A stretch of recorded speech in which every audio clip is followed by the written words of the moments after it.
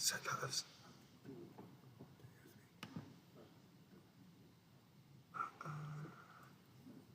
Just if you go back. It's this one. So it's at the moment using your microphone, so it's sensitive for everyone's.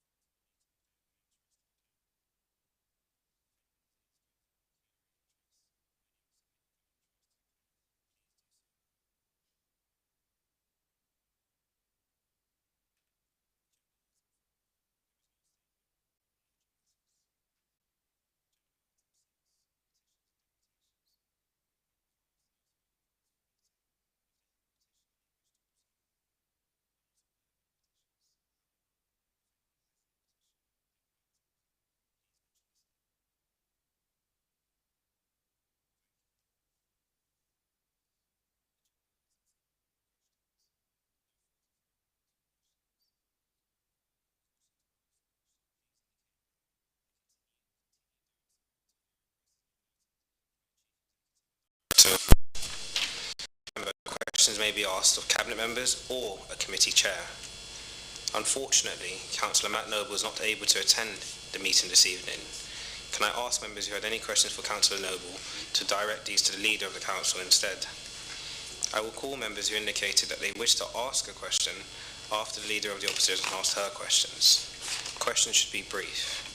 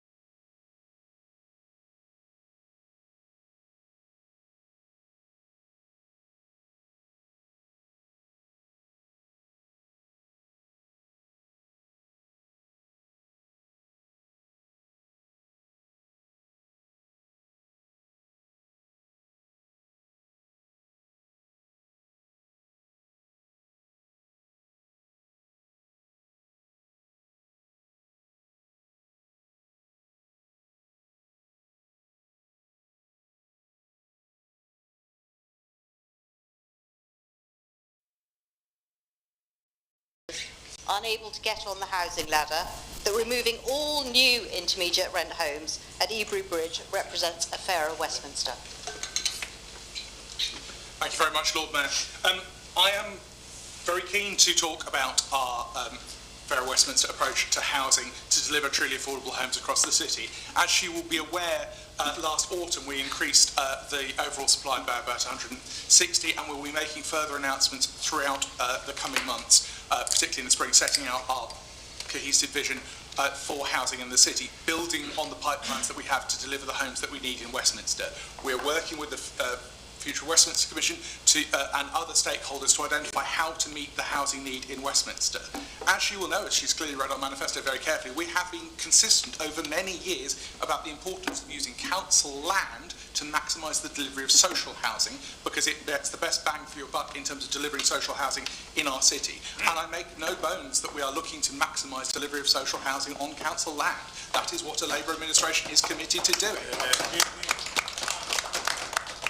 I don't think we can feign any surprise here. We've been saying this for years and now we're delivering. What is absolutely important, though, is that intermediate is a key part of the housing mix going forward. As you will know, that obviously in relation to the work that Councillor Barraclough is doing, we are making amendments to the city plan that set out the strategic vision for our city. Obviously, as a developer, we are going to go beyond those limits, those thresholds, in terms of what we deliver in terms of social housing on our land. And in terms of Ebury Bridge, I think it is really important to recognise that at the same time as we are making this shift in delivery on Ebury, Grosvenor and Peabody are in the process of converting, I think it's up to 490, they're looking again at their portfolio, and about half of their blocks across nine buildings in Belgravia and Mayfair will be being switched to intermediate when those leases come up. So there is going to be, if we do nothing in the south of the city, a diminution of social housing in that area. Therefore, we have a housing delivery plan that enables us to maximise the use of our land for the delivery of social housing.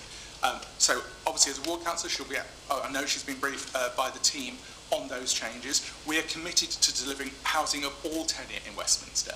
And one of the key things we are doing is flipping changing the approach to intermediate housing so that it is actually genuinely affordable for people in Westminster. For too long, at least half the tiers were for people of above average income. We know the breakdowns of the rent things. You know that full well. That half. It's just a very long answer. That half the things were, because we've got a lot to say, because we're doing a lot. I've got a lot to say too. So very clearly, that's what we're doing. We are making sure that intermediate is affordable across the city. We're going to be working with private partners to deliver it alongside a housing mix. We make no bones about maximising the use of council land to deliver social housing. That's what we said we'd do, and we're doing it.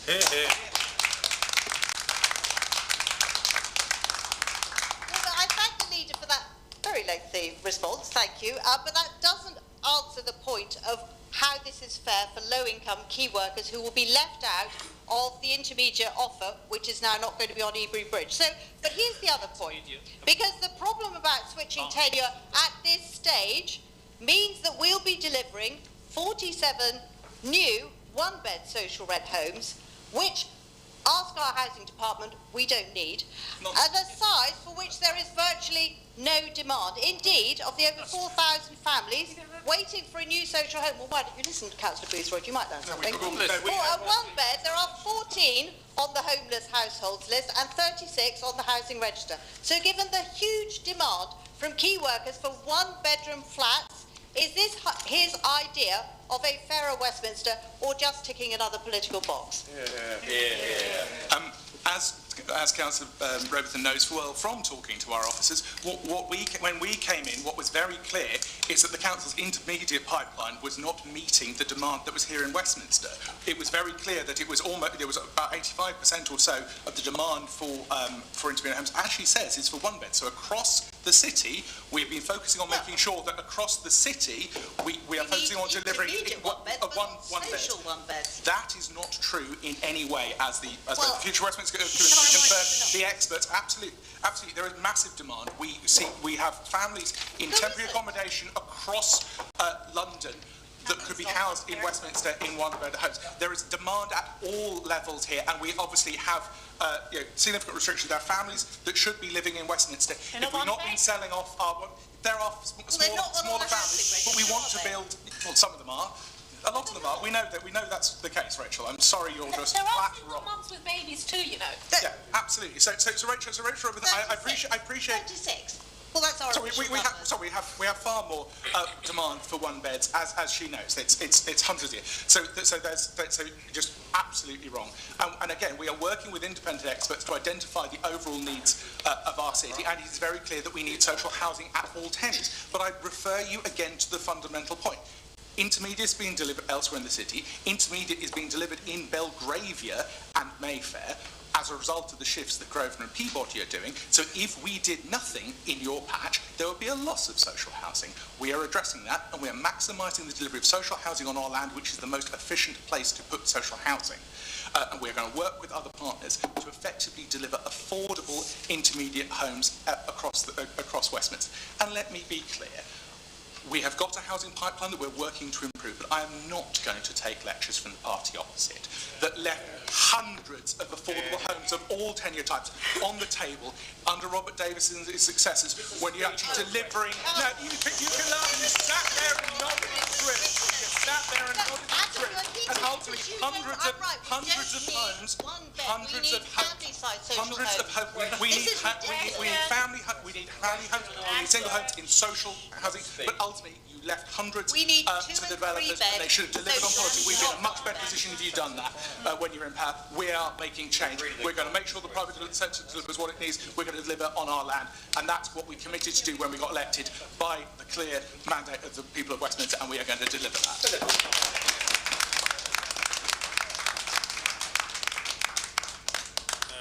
Just to remind all members, this isn't a back and forth, shout out what you want, let's hear what they say sort of thing to both sides. It's going to take longer, we're going to get fewer questions, so I really advise you guys to hear out the answer and ask your supplementary if you want, and then carry on. Otherwise, we're not really going to get anywhere. It's going to have like 3 people asking questions and everyone's going to get upset. All right. Councillor Mendoza. Thank you, Lord Mayor. My question is to the Cabinet Member of Housing Services. Will she make clear what her plans are, as raised a series of policy and scrutiny committee meetings, to reintroduce a substantial directly employed workforce in Westminster housing? Will this be for repairs or major works? And will residents be consulted should she be proceeded? Sorry, could you repeat that question? Yes, it's back about your favourite subject, our favourite subject about in-house repairs, whether you're going to have the directly employed workforce, and whether major works, repairs, and will residents be consulted?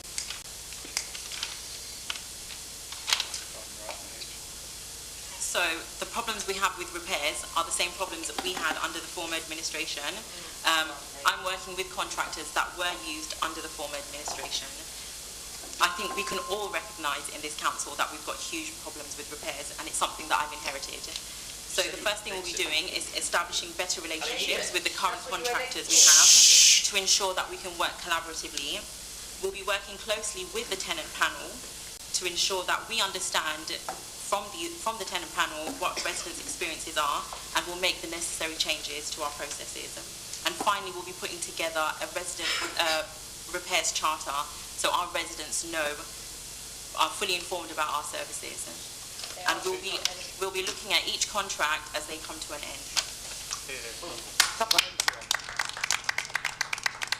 I'm not sure that was an answer to my question, because you've come to policy and scrutiny committee meetings and spoken about plans to have a directly employed workforce in this. Now, I just want to know, maybe you can enlighten all of us, how far have you got with those plans? What data have you considered looking at other areas to make sure that any such plans are going to lead to better outcomes for Westminster residents? Because there's plenty of evidence from administrations of all stripes across London that they don't.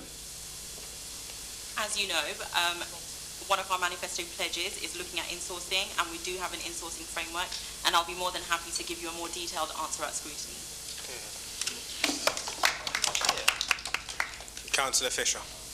Thank you very much, Lord Mayor. My question is for the Cabinet Member for Planning and Economic Development.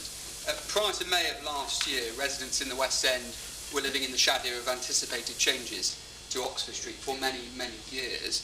Can I have an update on the Oxford Street District programme, please? Yes, thank you, Councillor Fisher, for that question, and I'm very pleased to be able to talk about Oxford Street. As you know, we inherited a programme that had gone very badly wrong, one that had spent £35 million, and delivered very little, apart from the Magic Mountain, the 6 million and 35 million. We've done some digging on that 35 million. See where the money's gone. Now, this programme apparently required an office. Do you know how much money this programme spent on its office? It spent £80,000 each month on its office. This programme went through £2.2 million for its office accommodation. Now, I've good news.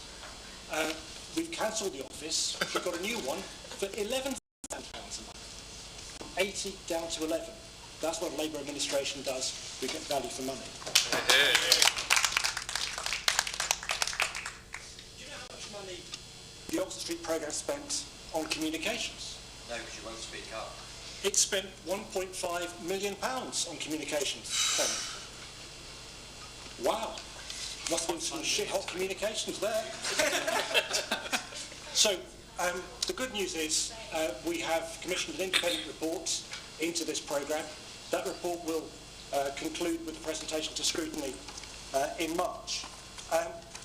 And the good news is that the former Chief Executive Camden has looked at our new programme and said that we're now applying standards of best practice in governance, and we've now got this under control with some serious and hard-hitting governance to ensure that we can account for every pound that we're spending.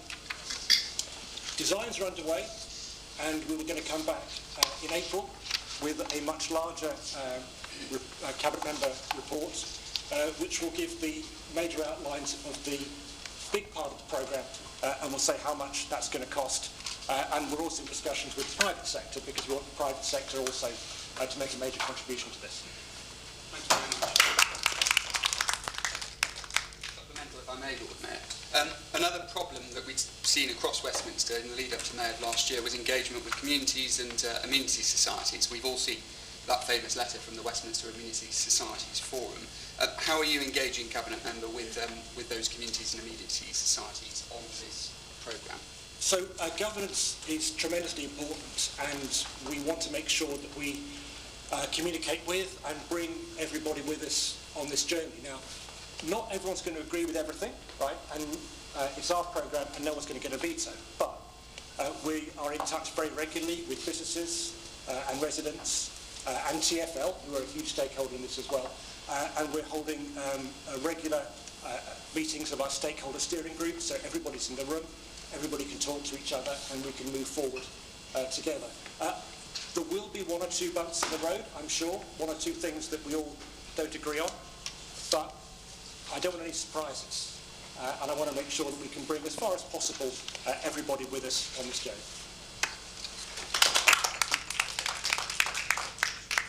Councillor Cunningham.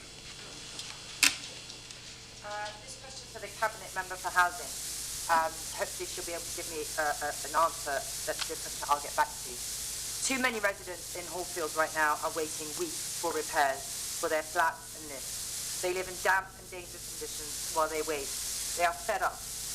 One told me we voted for change, but it actually worked. 7th of January, I get an email. Vulnerable and elderly people have to use the stairs or stay home. Shameful and disgusting from Westminster Council. 16th of January, an ignored resident writes, water leaking into my flat, destroying my walls and shower. No one's coming. I have to take either ice-cold showers or scalding ones. 21st of January, ongoing unrepaired lift is not acceptable and very frustrating. And it goes on and on and on. One woman was living with black mold, and she had to switch off her light switches in November because water was seeping through, and no one came. She wrote me an email saying, I'm facing a mouldy, damp and cold Christmas. But worse than that, another resident emails me because he received an ombudsman verdict that said that a surveyor was meant to attend within 4 weeks. Do you know when that was received? On the 4th of August. He emailed me in November and no one had turned up. Is the cabinet member even aware of this case? If only you'd hired decent contractors. Why don't you change them if you don't like them, love? That's why you were voted in. I'll end on this note. Specific terms, then we Do you know of this ombudsman case? Are you even aware of it? And how are you going to ensure that ombudsman verdicts are not ignored in the future by the council? Hear, hear. I think you beautifully demonstrated the shocking state of repairs that was left under your administration.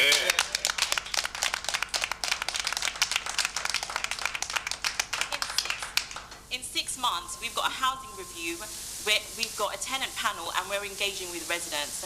We're looking at our repairs processes, and we're looking at our contracts. I think we've done quite a lot in 6 months, a lot more than your 60-year administration. Everything you put up is a lot of casework. So, email me, and I'm more than happy to look at your casework. Something supplementary. Yep. I'm sure you're aware that we used to do independent polling, and satisfactory rates were very high amongst our repairs. These are not repairs. No, they were. There was a parliamentary campaign, you lost. My question to you, are you going to dare to do some independent polling? When are you going to share them with us? And second of all, these repairs are acute and immediate. They weren't from 6 months ago. All these occurred in November, December and January, and they're still ongoing, and it's your responsibility to fix them. Go wrong. Just the May. You've given such a long speech. Thank you, there's a lot to say. With the satisfaction, I'm really sorry, with your satisfaction rates under your administration, they were wrong, absolutely wrong. I've had a look at the surveys that were sent out, and I've asked for changes to be made to those surveys, because you cannot send the same survey, a generic survey for all repairs. I will be looking at our repair survey, and I will be making improvements, and you cannot, you really cannot believe the 87%, satisfaction survey that was provided by the Tories all the time.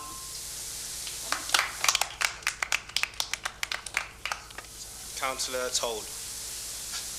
Thank you, Lord Mayor. My question is for the Cabinet Member for Children's Services, Learning and Leisure. We're very proud of our arts and cultural institutions across Westminster, but many have been in the firing line for Arts Council cuts. So could the Cabinet Member tell us what the Council has been doing to support the ENO in their battle with the Arts Council and government? Yes, absolutely. Thank you, Councillor, for your question. The cultural sector is incredibly important to Westminster and to the country in general, so it's so disappointing to see an arbitrary 45% cut in year to cultural bodies based here in Westminster. We worked really closely with the ENO and the Donmar and others to support them in their argument with the Arts Council.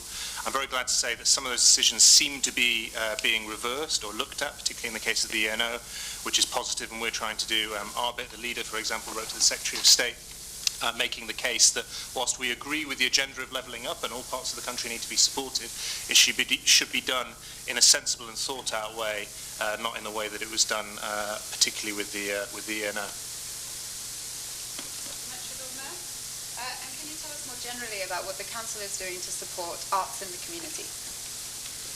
Yes, of course. Well, I have a Deputy Cabinet Member who's been working very hard, as you know, on creating a culture fund. The community strand of that is due to close very shortly. There have been many, many applications from grassroots cultural organisations, schools and others. Inside Out, which is something else that we're continuing to fund using that culture fund money, has just been launched. I mentioned the Donmar. The Donmar have just received a grant from one of our commissioning funds that came out of that culture pot of money, and they will be going into 12 secondary schools across the borough during the summer, working with over 1,500 local students. So we're bringing culture to all our residents. Councillor Kaplan. Thank you, Lord Mayor. My question is to the Cabinet Member for Housing Services. The Cabinet Member will be aware that she visited Little Venice Ward on the 17th of November. I wrote to her at the end of that month to ask when she would respond to the various points that were raised during that visit. And you advised that you'd be responding in the new year, which obviously was in itself disappointing. tomorrow, it'll be 10 weeks since that visit. When do you plan to respond to us on the various issues that we raised?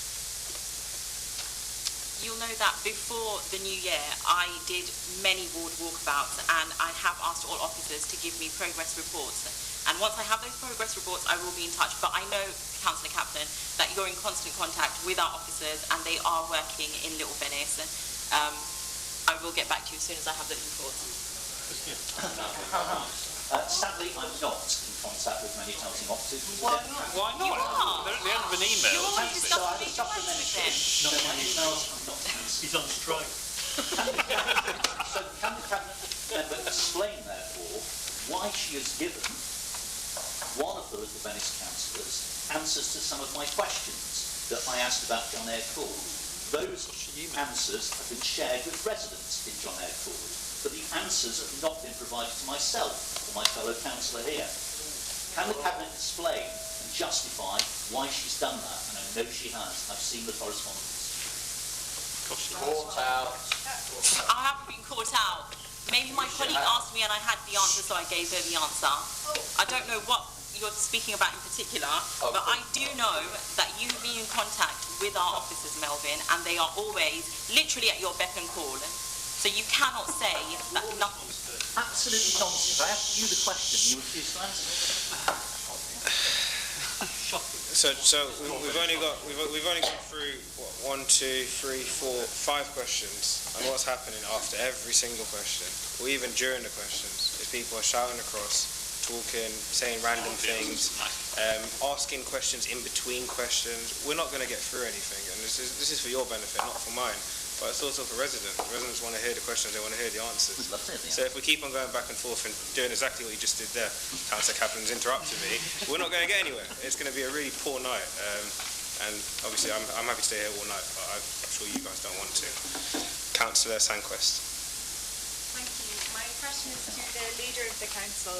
Since the last full Council meeting, the Global Majority Staff Network and the Council have made a series of announcements aimed at furthering work to make the Council an anti-racist organisation. I'm really pleased that the Council will be publishing a racial equity strategy, introducing an anti-racism commitment statement and charter, and providing anti-racism training with an intersectional lens. Can the Leader reaffirm his support for the work of the staff network and this administration's commitment to making the Council an anti-racist organisation? Thank you very much, Lord Mayor. Thank you, Councillor Sandquist, for your question. I absolutely want to put on record my enormous support both for the Global Majority Staff Network, the communities team led by Serena Simon in both cases, and the work that she is doing in our communities, sitting alongside the work that is being led by the Chief Executive and Lou Ritham in terms of helping make change inside our organisation, working with the staff network, with the unions to help transform how this council works, both internally and externally, is hugely important. We will be announcing in the coming weeks how we are going to be working to tackle the ethnicity pay gap that we have in our organisation, alongside the existing reporting that there is on tackling the gender pay gap, which is also an important priority. But we are, as I know, the Chief Exec will be talking to Scrutiny Commission tomorrow night. There is a lot of work that has been done at all levels about how we better respond to pressures in our communities through the lens of tackling racism in our community. So I welcome the work that has been done, and I welcome the work that's been done by Councillor Less as Lead Member for Inclusion and Equality as part of her communities brief as well, alongside those commitments. So there's a lot that we're doing at an organisational level, but it's about setting the ambition. We recognise that we're a hugely diverse city. We know that a number of communities have felt historically isolated from the council and from what it delivers. So we are going to try and make change. We are not going to get everything right. There are going to be challenges ahead, and but we want to work with communities by listening to them to be a better organisation day by day. Councillor Scarborough. Thank you, Lord Mayor. Well, my question is for the Cabinet Member for Housing and Services. So I'll cut it a bit short, but it's actually quite a serious matter. It started on the 19th of November when a resident in Luxborough Tower with 2 young children under the age of 10 complained to the council that there was the most appalling smell coming into her flat. 21st of November, it was investigated by the council and they were told it was either a dead person or it was a gas leak. She hasn't got any gas. The gas did come the same day, so that at least ruled that out. On the 30th of November, she waited an all day for pest control, who basically told her it was nothing to do with pest control. The awful smell continued. 2nd of December, Jem turned up, removed the panel, damaged her flat.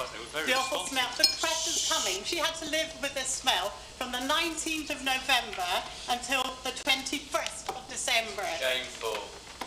And it turned out, because in fact what the smell, that she went down to the flat, she did a lot of the contacting, she got no response from you or from council officers, and they've had to live with the smell during that really cold weather. They had to open the windows. The woman works from home a couple of days a week. She's got young children. Why did it take a month to resolve the issue? And why was there a lack of communication from the housing officer and from yourself? I'll say email me. I was actually going to say email me because it's casework. Email me casework. That's part of your job. But I'll have to look into this specific issue, speak to officers and find out what happened and where it went wrong. Well, thank you, but you've never really got any answers for anything. So what I want... You only bring up You casework. haven't. You never answer a question. The supplementary question is, in fact, what happened was it wasn't a deceased person in the flat below. The resident had gone away for over 2 months. It turned out he'd poured something down his drain before he went. It reacted with some dairy products or something. The smell was just... You can't imagine what the smell was. What are you doing? What is the council doing to ensure that situation doesn't happen again? That the council will access that person's flat immediately for something like that. There's no good if the person's away. You've got to have the contact details, and they've got to be able to access the flat. You're smiling. Smile at I'm not something like smiling. this. Well, you are smiling. Actually, you know what? I am smiling because this is casework. Well said. Okay. Moving on, Councillor Chowdhury. Thank you, Lord Mayor. My question is to the Cabinet Member of City Management and Air Quality. And I would like to ask, please can the Cabinet Member update the Council on the snow and ice weather arrangements? Thank you, Councillor Chowdhury. And with the weather we're experiencing today and yesterday, it's an opportune question. I'm pleased to say that we're fully prepared for every eventuality, whether this week or next week or in February. We've got a full salt barn in Alperton holding 1,500 tonnes of rock salt, and we will begin ordering more salt as soon as we start using it. We've got over 20 tonnes of bagged white salt and special corrosion inhibiting de-icer for schools, estates, footbridges and council properties. And we've got 7 gritting vehicles able each to distribute 8 tonnes of salt. We've got 5 smaller vehicles for mechanically gritting the pavements and segregated cycleways, and almost 200 on-street salt bins across the city for sweepers to use in gritting the pavements. And finally, we have 3 weather sensors giving us real-time road surface temperatures. We are fully prepared.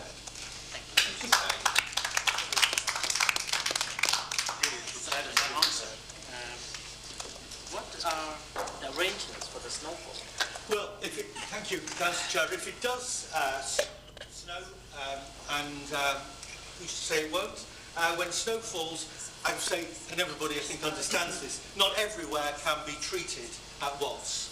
So we prioritise steep gradients, bus routes, areas around train and tube stations, outside fire and police stations, outside hospitals, schools and nursing homes, subway steps and ramps, footbridges and crossing points. They are our immediate priorities. When we've done that, then we move on to some of the side streets and major roads. Councillor Harvey. Thank you, Lord Mayor. To the Cabinet Member for Housing Services. Oh, come on. We can argue about the past forever. And I'm afraid if you look at Lambeth, Southwark, Hackney, their performances were all worse than ours. However, I think let's go to something we can agree on. It's never good enough. if you look at the housing associations, it really isn't good enough. So I want to ask about our housing charters. I like charters, they're about accountability. I think we should have charters, as you've said, for repairs, also for tenants and the leaseholders, but charters only work if you're going to have transparent and clear targets about service level delivery people can feed into, and each year, rather than going into headquarters of certain major companies, there are a set of figures people can say, have we met that target? Will she commit to setting those targets, doing so transparently and being accountable to those targets? Yes, I will commit to that. Supplementary Lord Benton, thank you very much for that. So I want you to go further. Now, you say we claim 87%, we never did that. 70 was the best I think we ever did in recent years, and compared to other boroughs, that wasn't bad. But it's not good enough, and I'd agree with that. So I would like her to take out the monthly figures we did that looked at the performance of each part of the housing portfolio, line by line, and I'd like to share those performances with all members in our wards, so we can actually see how each area is doing and ask those right questions. Now, I don't think I ever said I'd get back to you quite so many times as she has. And I don't think I ever did more than once or twice, because I will admit Councillor Hugg asked a couple of tough questions. As for Councillor Rutherford, I'm not sure she ever said I'd get back to you, because it's not just about knowing the cases, it's about knowing the system and knowing how it works, being so ingrained in housing, which is a really tough portfolio, I'd agree with that, that you know from back to front how things should work. And you don't just ask, send me an email, you say, here's what should have happened. So I would urge her to publish that data. I'd urge her to really get to know the system. Then indeed you'll get to be a cabinet member worthy of your predecessors. Because at the moment, a lot of people want to ask you a lot of questions. And I'm afraid if you make that comparison to other London boroughs, you look at objective data, there's really a lot riding over the next year on your promises against the delivery. You probably can make it better, but you're going to have to work really hard at it to do better than we did. Sorry, I'm going to just jump in. Councillor Harvey, I don't think there was a supplementary. The question was to publish that data, all the housing data, month by month, line by line. Is she going to publish the data? Yes. I'm more than happy to publish that data, and I would say that I'm doing quite well, having been a councillor just for over a year, while you, with your 2-year administration, have had an appalling record on housing. Councillor Bush. Thank you, Lord Mayor. This is to the Cabinet Member for City Management and Air Quality, and it follows on from a question I asked at the last full council, and I have alerted the Cabinet Member to the fact that I was going to be following up. Are you in a position to let us know what the council can do to ensure that waste, especially waste, destined for recycling outside of the UK, is dealt with properly, and that vulnerable people, especially children, are not harmed in the process? Thank you, Councillor Bush, and thank you for alerting me to the fact that you're asking this question. All I can say, and we've done some more research on this, all our waste electrical and electronic equipment, that's collected via the recycling banks, fly tipping and bulky waste collections, gets transported to processing sites based in Kent and Wilston. 85% is treated within the UK, 85%, and just 15% goes to outside the UK to Germany and Belgium. Nothing goes to the Far East or African countries. The standard recycling materials, that's paper, glass, plastics and metals, end destinations are slightly different and are market driven. But I can say that 50% of the recyclables are treated within the UK, and 50% of the material, and particularly paper and cardboard, are sold internationally due to limited UK demand. Supplementary, Lord Mayor, thank you.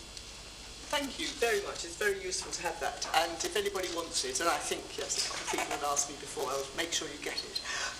Just to be absolutely certain, belt and braces, do you consider that we are doing everything we can to monitor what is going on outside the UK through Veolia and or should we be tightening up anything? Well, thank you for the supplementary. Veolia, as you know, manages these operations on our behalf, and they do it on a national scale, not just for us, but for all their clients across the UK. And they are, by law, obliged to comply with all the waste and recycling export regulations, which are monitored and regulated by the Environment Agency. They have guidelines and standards. Our council officers monitor Veolia and get destination reports on a regular basis as part of the waste contract monitoring arrangements. So I'm satisfied that between us, Veolia, the Environment Agency and our officers are on top of this. But we keep ever vigilant. Thank you. Councillor Mitchell. Lord Mayor, best wishes to you and in Scots in the Chamber on Burns Night. My question is to the Cabinet Member for Housing.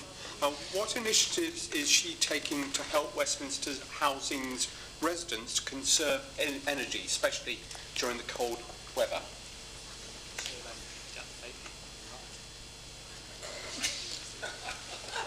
Relevant person, please answer.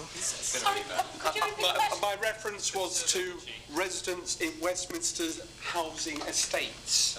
Westminster housing is not a title. Email. So the question was to the Cabinet Member. Of course, she can defer. Can transfer it as well. So I'm very happy to answer this question on what we're doing to help Westminster housing residents conserve energy. So I'll cover a couple of points. First is what we've been doing on our investments. So as the opposition will know, we received grant funding from the government, over £3 million for Social Housing Decarbonisation Fund. Very happy to say that as we approach the end of March, we have completions on 350 of the 360 houses that we needed to do with that. So we've helped 350 households across Westminster preserve their energy, and we've been held up by Bays as one of the exemplary councils in terms of delivering that money. As you know, many councils have been struggling, so that's one thing we have been doing.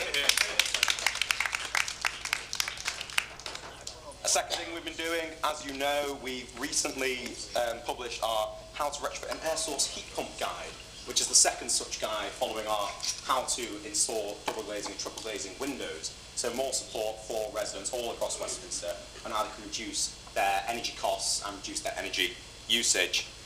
Also, as you will be aware from previous updates from the Carbon Offset Fund, we provided extra funding to the Green Doctors Scheme to allow 400 residents across Westminster to have free consultation as to how they can reduce their energy usage. We're very happy to now provide that extra funding and to see the uptake that's been received. So we're doing everything we can, finding additional funding and spending the funding when we get it to reduce energy usage across the city.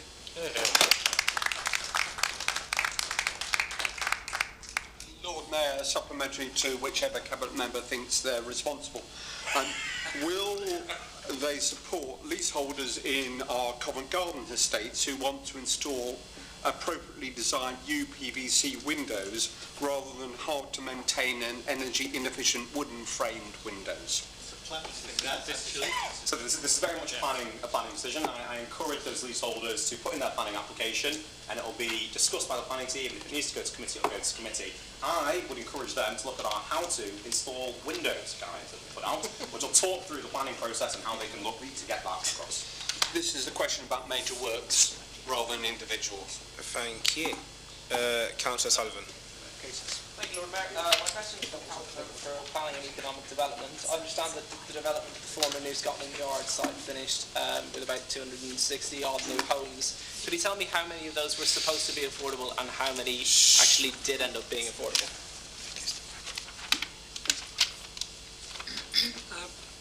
Thank you for that question. It touches on something that the leader was mentioning earlier on, which is the pipeline of not built affordable homes that we've been bequeathed by the previous administrations.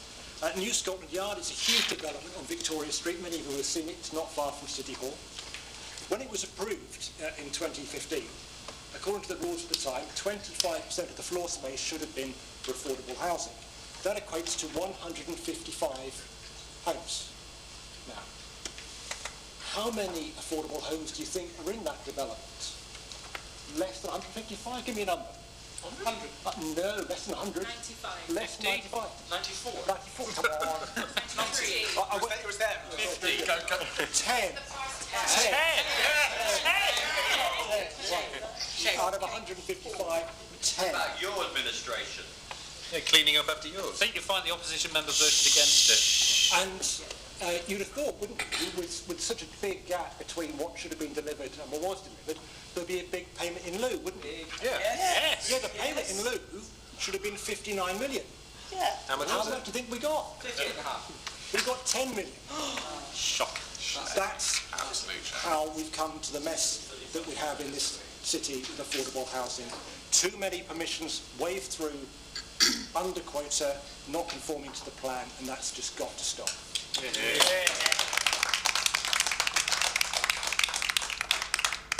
My supplementary piece for the same cabinet member is what is he and the rest of the cabinet doing to deliver more social and affordable homes in Westminster?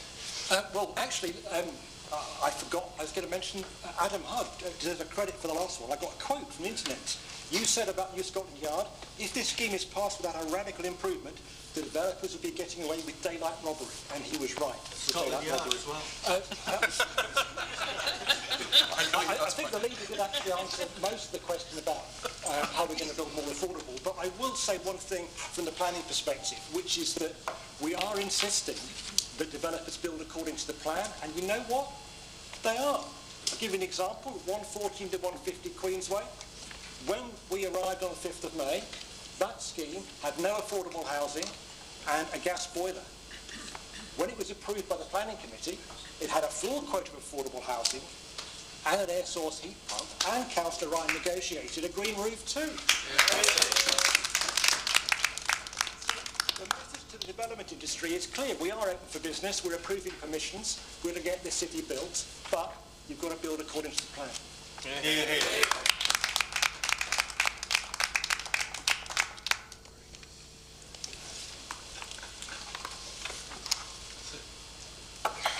That is the end of time allowed for questions.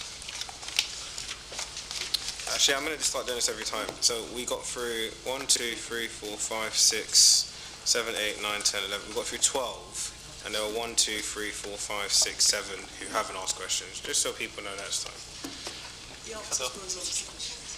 Yeah, well, the answers are allowed to be as long as they want. It's questions be brief, not answers. Agenda item 8, councillor issues. I call Councillor Judith Southern to speak on her chosen topic of end-of-life care.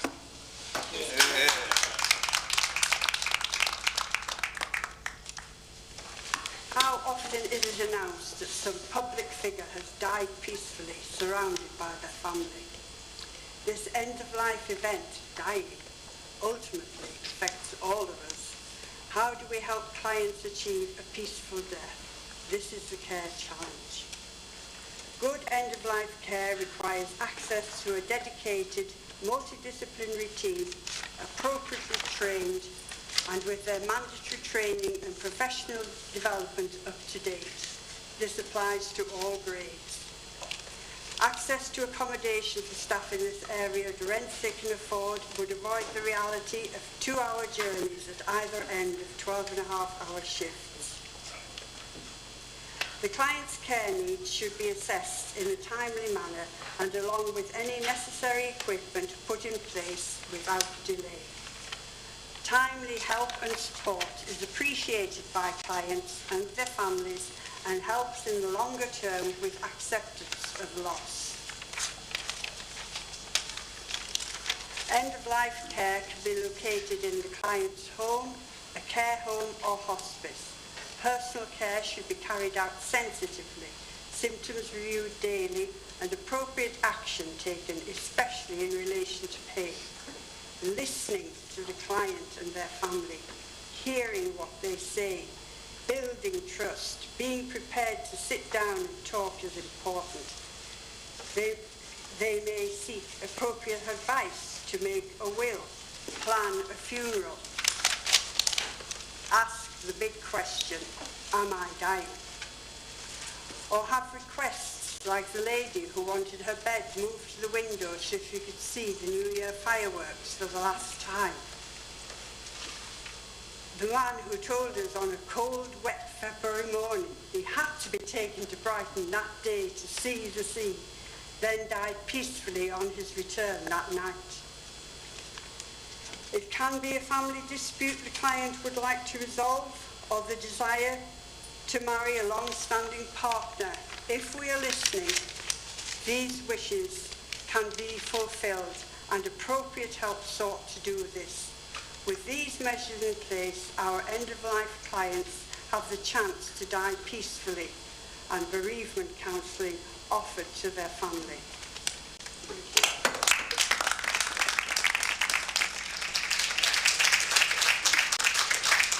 I call Councillor Butler-Falassis to reply. Thank you, Lord Mayor. And thank you so much, Councillor Southern, for bringing up this really, really important issue and for bringing up these very moving examples. Last Christmas, my family visited my parents in Greece for a couple of weeks, as we usually do. And during this visit, I had a conversation with my mother where she told me that she doesn't think she's depressed, but when she completes online questionnaires on depression, she scores fine until she gets to the suicide question.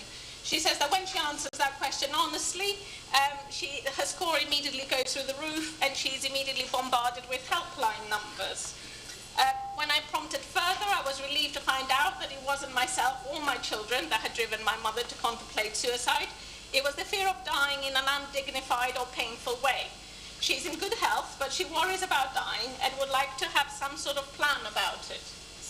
I'm sure many of us here feel the same way, even if we don't all choose to bring it up at the Christmas lunch. Everyone deserves a good death with dignity and support.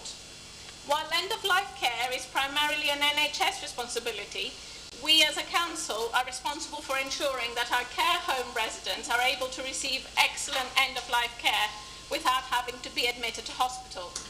Palliative and end-of-life care is part of mandatory training for all care home staff who are trained in the Gold Standard Framework Proficiency, which is the national training for all end-of-life work supported by the Care Quality Commission.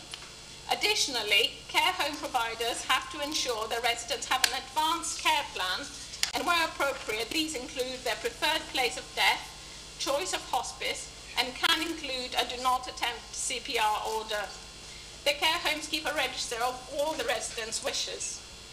The council also has some oversight of the work the NHS is doing around palliative care through the Complex Care Programme Board, which Adult Social Care attend jointly with the NHS, and which is accountable to the Health and Wellbeing Board, which I chair.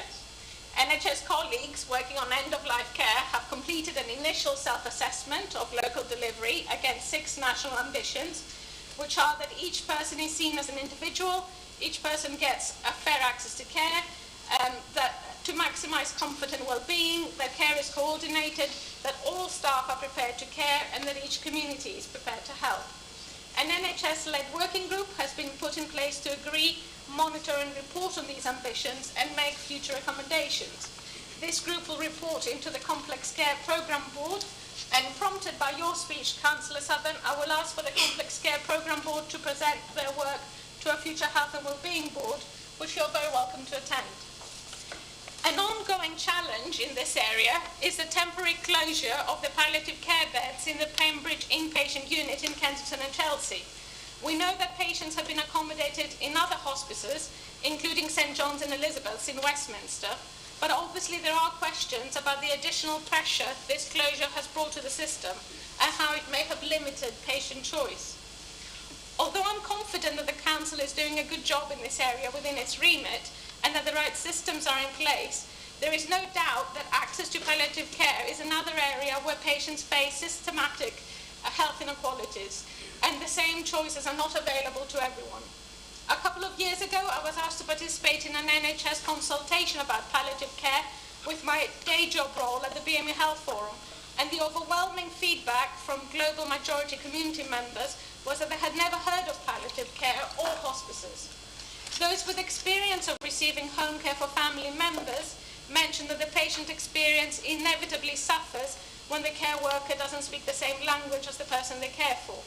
And while many residents express the wish to die at home, this is much more difficult if you live in a small, overcrowded home or if you live alone.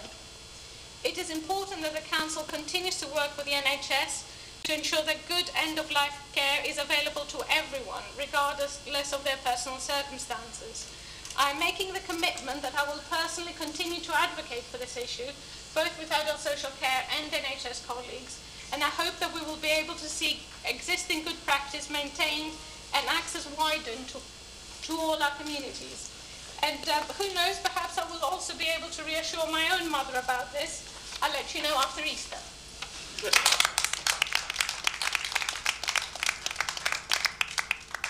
I now call Councillor Amanda Langford to speak on her chosen topic of ASB Community and Abbey Road Ward. Tonight I've chosen the subject of antisocial behaviour as my ward issue and for my maiden speech to the Council. As the last, but by no means the least of the ward's councillors to address the Chamber, it now falls to me to say what an honour it was and continues to be to have been elected and to work alongside my colleagues Councillor Mendoza and Councillor Sargent. We each bring our own unique stamp to the role and its responsibilities. This diversity helps support the residents, businesses and our amazing amenity groups who work hard voluntarily to make the ward such a vibrant community. As my colleague Councillor Mendoza so eloquently outlined in his maiden speech, in which he highlighted the great features of the ward, its residents and famous landmark, I too would like to echo those sentiments and extend my thanks for being given the opportunity to represent them. I follow in the footsteps of our past councillors, Councillor Freeman, Councillor Hall and Councillor Warner, who for many years worked tirelessly to safeguard the residents and their heritage, and it is now incumbent on me to continue this legacy in making Abbey Road Ward a pleasant and safe place to live, work and thrive. Almost 9 months in as a councillor, and I've had the opportunity to meet many of our residents and business owners in the ward. Our time has been spent responding to ward issues both wide and varied, from being the dog poo detective to reporting on illegally parked vehicles and abandoned e-bikes, rubbish, dumping, to other concerning issues such as housing and planning infringement. Whilst these cases are high on the list of behaviours which upset many residents, they don't make the Premier's lot. What does, which is guaranteed to unite everyone and heighten debate, is any and all forms of antisocial behaviour: drugs, noise, speeding cars, graffiti, abusive or threatening behaviour, to name a few. The list is long and comes in many guises. Common throughout is how all forms of antisocial behaviour can erode community. Actions have consequences, trust turns to mistrust, all of which slowly chips away at the very structure which holds neighbourhoods together. If not challenged, they can turn our communities into unsafe, unwelcome places to live and prosper. We all acknowledge that antisocial behaviour is a concern across all wards, with Westminster experiencing some of the highest numbers across London. Indeed, the current administration has made it one of their key manifesto pledges, promising to keep Westminster safe with, I quote, more police to tackle knife crime and council action on antisocial behaviour. And I'm pleased to note that the Prime Minister also acknowledges that more needs to be done. Building on your pledge, I am pleased to note that you are continuing with the antisocial behaviour strategy started by the last administration. For the strategy to succeed, it has to support all residents of the city and do more to protect the victims. Whilst Abbey Road Ward is predominantly residential in relation to the West End park view of visitors, our residents are most definitely concerned with the recent spate of incidents such as knife and gun crimes, drug dealing in residential areas, intimidation of elderly people, large gatherings around late-night drinking establishments, speeding traffic. Suffice to say, a surprising amount of antisocial behaviour for a largely residential area. The lack of policing 24/7 is an issue. Whilst our neighbourhood officer does an excellent job, his shift tends to only cover daylight hours. We need more visible police presence on our residential streets. This is something I urge the Cabinet member to push for the Mayor to deliver. The Mayor's plan on crime clearly states that the Met and Parliament are adequately resourced and focused on tackling the neighbourhood crimes and antisocial behaviour that concerns community. I repeat, that concerns community. That same pledge which is reiterated in your manifesto and to which is added under your heading of fairer community, your pledge to work with the police to tackle unsafe areas. Together with your pledges and in line with the Mayor's plan to tackle community crime, and after almost 9 months in under the current administration, can Councillor Les confirmed that she will press the Mayor to deliver on his responsibilities of more police officers, more targeted CCTV, and for her to deliver council actions which will rid us of this growing menace in our ward. The lack of adequate police presence, police CCTV cameras in our local hotspots, and the lack of police enforcement is an issue, and I urge the Cabinet member to get the Mayor to do his job. Currently, there are no deterrents. I ask that you confront these behaviours, which are often underplayed and ignored in our ward, and give us the proper resources to protect Abbey Road ward residents as well as other areas of the city. Thank you.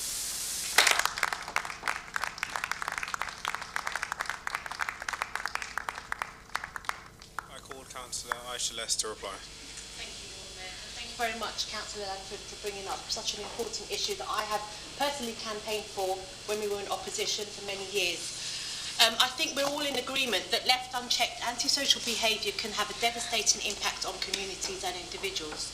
We will shortly be bringing forward a new strategy to tackle this behaviour, as we recognise that this is a serious issue for both our residents and businesses. In addressing incidents of antisocial behaviour, we must adopt a holistic approach. In practice, this means ensuring support for the victim whilst acknowledging that the perpetrator often has vulnerabilities.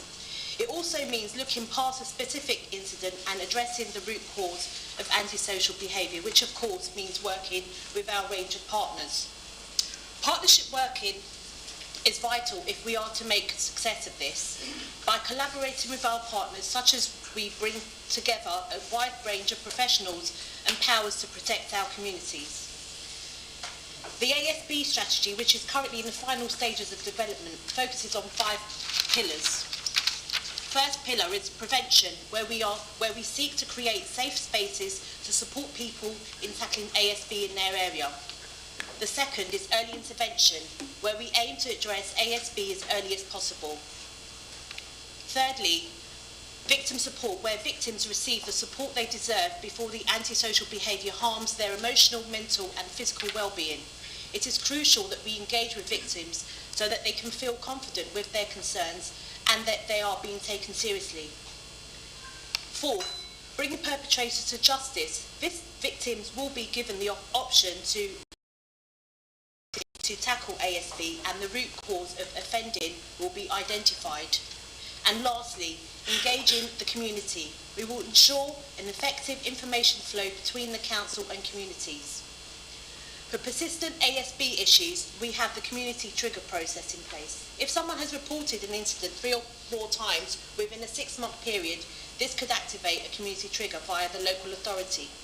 This is a multi-agency case review designed to ensure persistent ASB is resolved for the victim.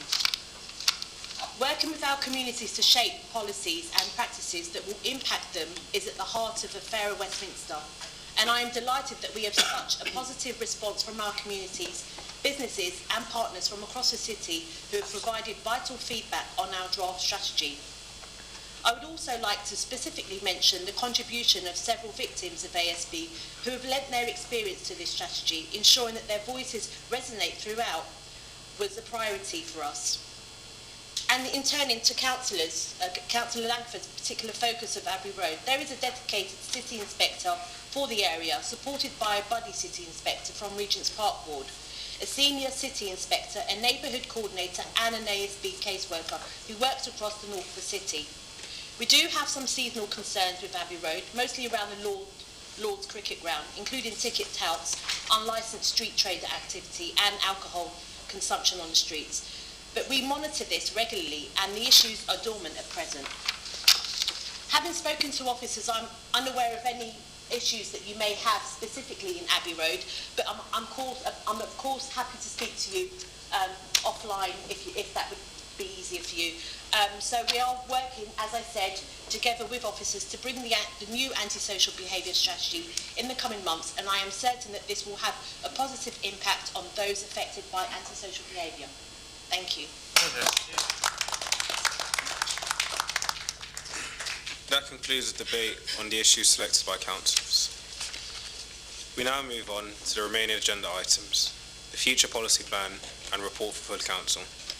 The topics selected for debate and the names of those down to speak were tabled on the order paper sent to all earlier this week.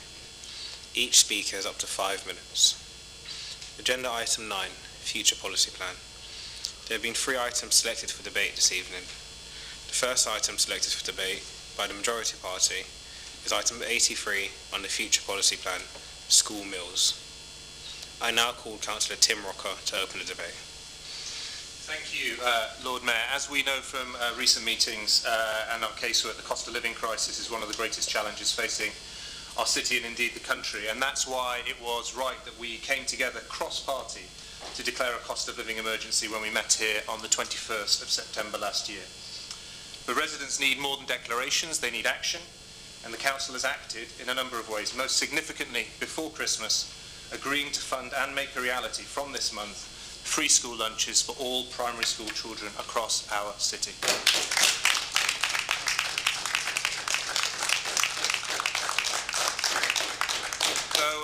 Though sad of the need of it, we're immensely proud that we have done it, and tonight gives us an opportunity to have a positive discussion about this and other measures we're taking or should take to support our residents in this emergency, and it's in that spirit that I yield the rest of my time to Councillor Arundel.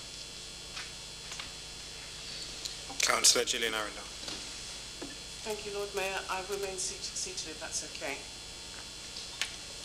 The UK is amongst the worst affected by the global economic downturn, in particular because of the pandemic, the energy crisis, an exodus of foreign workers, and as a result of Brexit, and the increasing cost of importing food and goods into the UK, again as a result of Brexit. A string of damaging policies under a series of Conservative governments has severely damaged the ability of most families to maintain their standards of living. Many have seen a real fall in their income levels. Most of those essential workers that we relied on during the COVID lockdowns, nurses, teachers, postmen, transport workers, bin men, couriers, etc., are being forced to take strike action in order to get a fair rise in their salaries. Most people have been affected by the cost of living crisis, but some groups have been much more deeply impacted than others. For example, approximately a quarter of those receiving means-tested or disability benefits are experiencing severe food insecurity this winter. Those most affected by food insecurity are families with 3 or more children, single-parent families, and non-white ethnic groups. Social renters are almost twice as likely to not be able to afford to keep their homes warm as compared with those who own their own homes outright. Many are increasingly falling into debt and falling behind on bills. 10% of people and a quarter of all workers in poorer households have missed at least one payment of a priority bill over the past 3 months, largely due to the cost of their energy bills or price rises of other essentials. Many families are being forced to take action to cope with higher costs today, which will worsen their future financial resilience down the road. Just over a quarter of adults report using their savings for daily living expenses in the past 4 weeks, and that's gone up from 20% in June. Among workers in the lowest income quintile, 12% reported selling or pawning possessions that they would have preferred to hold on to. Some 7% have cancelled or not renewed their insurance or reduced their pension contributions to save money. The rising cost of living is also impacting on people's mental and physical health and well-being. Figures suggest that mental health has worsened since the pandemic, with the percentage of people facing emotional distress increasing from 40% in October 2021 to 47% in November 2022. The mental health of black and mixed-race people has worsened more than other groups, with their emotional distress rising from 35 to 40%. Many people are dealing with depression, suicidal thoughts in their own isolation, and some have actually committed suicide. People with disabilities have also been seriously impacted by the cost of living crisis. Almost half say they've had to cut back on energy use this winter, compared to almost 1/3 of people without a disability. Almost 1 in 3 people with a disability said that they have had to reduce expenditure on food, compared to 18% of non-disabled. Many agree that the government has been deficient in supporting the most vulnerable in these difficult times. Westminster Council, under this Labour administration, have taken a number of measures to ensure that the most vulnerable are supported, delivering a £10 million package to support of support across the city, most notably the cost of living support hub, the hardship fund, training for staff so that the frontline officers can provide the right support to residents, the Winter in the City programme, and not least of all, the free school meals, which is an outstanding initiative that we've taken here. I am proud to be associated with this administration that puts people before mounds. Thank you.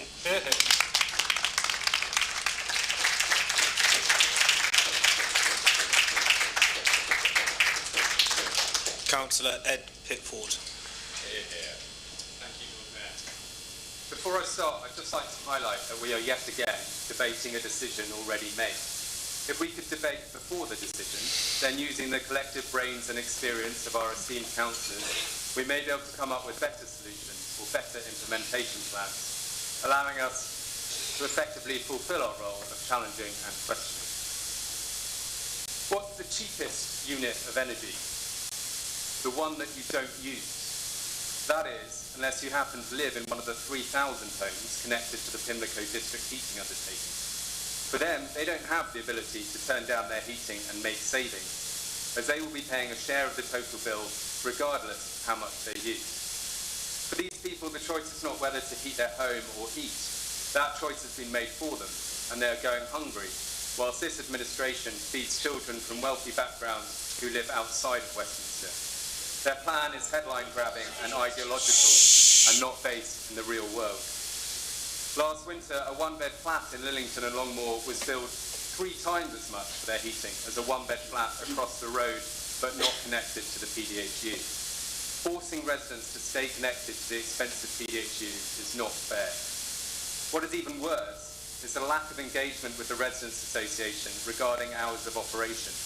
For an administration which prides themselves on consultation, this is not good enough. Residents are trapped in a situation where they're being forced to pay unaffordable bills, pushing them further into debt, and they have no options to reduce their costs. The forecast tripling of these bills is causing a huge amount of worry and stress. As I said in my speech before Christmas, this is avoidable. We could install electric combi boilers in the flats and the residents would pay less. So where have the new administration been spending their money? Well, the residents of Lillington and Longmoor will be excited to see the new concrete bollards that are reminiscent of Soviet Russia in the 1960s. That will definitely help them pay their bills. The London-wide shortage of small plastic bins has been resolved, and they are now freely available on any street corner. We have a new cultural community grant fund. At least our residents will be able to fill up on the odd free custard cream. But we know that the country will be able to afford the quality of life that we all expect if we have a thriving economy. It's the only way to fund the NHS, social care, transport systems and housing. Therefore, we are so lucky that the administration is trialling the clogged streets scheme by closing the roads around schools at drop-off and collection time. This will surely help small business owners pay more for fuel and staffing, as drivers have to extend their journeys around the blocked road. I'm being flippant, but that's just a reflection of the anger that local people and I are feeling. Imagine opening your post one morning in these difficult times. You're just about scraping by with help from family, and then you read this. We regret to inform you that building repairs are due on your property, and you now owe us an additional £12,000. As if living on one of our estates wasn't hard enough, with extortionate bills and service charges, at random intervals people are clobbered with unaffordable major works bills. What we need is sinking funds set up across all of our properties, as one would have in the private sector, so that costs can be fairly distributed across time and not be a lottery on who gets saddled with huge debts. Sinking funds to avoid that sinking feeling. So yes, I would never deny that in an ideal world, schools will provide meals for all their pupils and everyone can sit together and eat. Unfortunately, the cost of living crisis is bigger than this. And instead of chasing media headlines, we need some real decisions made quickly before heating bills triple in March and more major works bills land on people's doorsteps. Thank you, Lord Mayor.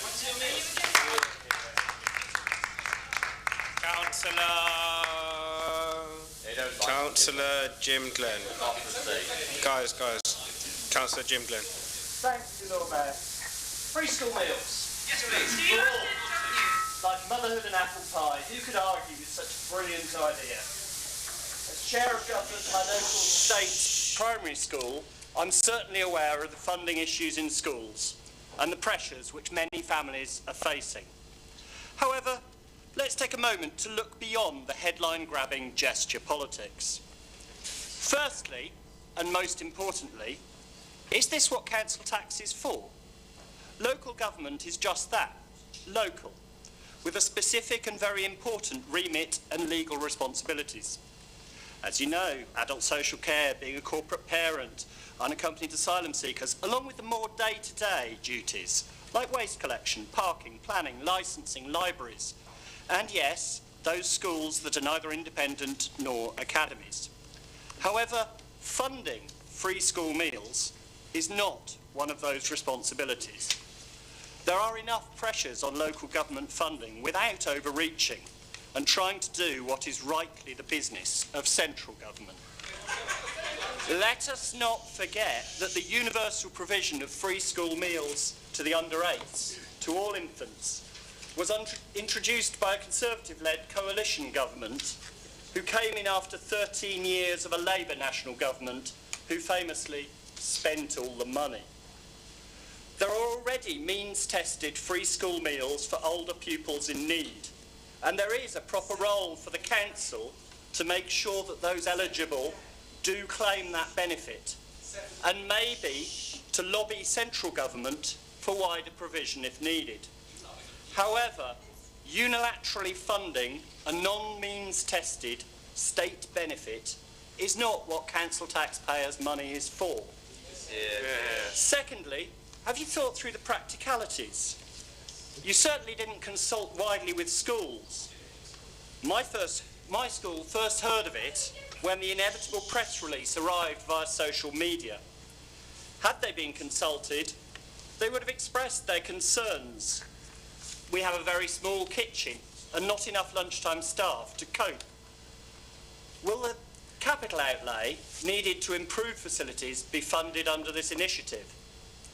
Since you're only promising 18 months of funding, is it worth that capital outlay? Thirdly, let's get to the issue of fairness, which should ring a bell with this administration. I doubt it. There are 38 state-funded primary schools in Westminster, with 8,727 pupils, according to the GLA census in 22. Of these, some 1,900, or over 22%, come from outside the borough. Are we going to seek to recoup the cost for those pupils from their home authorities? Should this scheme ever get to secondary schools, only 51% of pupils attending Westminster secondary schools are resident in this borough, with the other 49% travelling in. This does not make them any less deserving of the excellent education provided in Westminster, but should our taxpayers be further subsidising the children of wealthy residents from other boroughs, when 39% of Westminster's older people live in deprivation, as measured by the Income Deprivation Affecting Older People Index? I suggest that in this scheme the devil is in the detail. Headline-grabbing media soundbites are great for Twitter, but the real business of improving local people's lives is a serious matter, and the local council has a vital role to play. For example, building homes for those who don't qualify for a council home, but who cannot afford a market rate rent in central London. Nurses, firefighters, the people who keep our food supply network running, or dare I say it, teachers. How is this policy fairer for those without primary school children who are seeing their standard of living and council services squeezed in this cost of living crisis? This administration should stop grandstanding on the national stage and focus on the boring business of making our residents' lives better by concentrating on things that you're actually responsible for.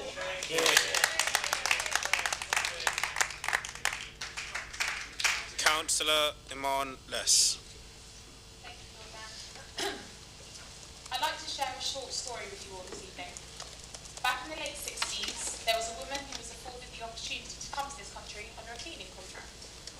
By the early 80s, she had a young daughter cleaning in the fish and chip shop on Harrow Road by night, the one opposite WA, and worked as a dinner lady in Edward Wilson Primary School by day. Her daughter, who attended that school, actually loved the fact that her mum was a dinner lady. And it was because it meant her and her friends always had an extra large scoop of mash with beans that day, as well as a bigger slice of primary school cake, which is my favourite also. But to her it was cool. Why do I bring this up? Because unbeknownst to that little girl, those school meals were more than just meals. They were lifelines. And that job wasn't just a job. That woman was making sure her daughter was eating enough and well to relieve a bit of pressure from dinner that night. And why is that relevant? Well, it's relevant because it was 43 years ago, and it was a lifeline 43 years ago, and still is today. Now, that little girl grew up to be one of the deputy leaders of Westminster City Council and part of the administration that had finally announced free school meals for all key stage 1 primary school children to get good meals every day. And for that, I'm sure my grandmother, were she still with us, be sat here feeling incredibly proud.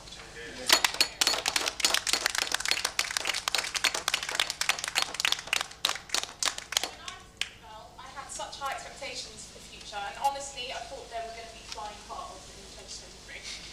And whilst I can accept that Tesla hasn't advanced quite as quickly as that, I would have never imagined that we'd be sat here today speaking about why free school meals are so important and how people's past experiences can impact their futures. Funding meals for children because parents can't afford it otherwise goes beyond children being hungry. It aids their development, keeps them focused for the day, and ensures there's a real level playing field. This feedback is coming from schools and parents, by the way, and I know many of you here today, if not all, are not denying that. But a cost of living crisis is completely outside of the child's control, and we as a community have the duty of care. So I'll tell you what financial insecurity does. In 2022, a survey published by the Childhood Trust Aid that 9% of parents who responded claimed their children had started self-harming as a result of the mounting cost of the current crisis. Further to this, it caused 47% of children to feel stressed and become more anxious. Now, we've also just been through a pandemic. Those already living with a mental illness are far more likely to suffer the consequences of the economic downturn, and this will be felt through pressures on mental health services in the years to come. As a sufferer of anxiety that results in severe panic attacks, I feel this on a personal level, and we do not need to lose more lives for this to be taken seriously. So I'll leave you with this. It's not acceptable that a survey commissioned by the Food Foundation in April 2022 found that 19% of UK households with children had experienced food insecurity in the past months. Data from the Child Poverty Action Group suggests that 1 in 3 of England's school-aged children living in poverty miss out on free school meals. Now that's 800,000 children going hungry. And it's not acceptable that those children in poverty are not getting free school meals and are not eligible for free school meals because the system is no longer fit for purpose.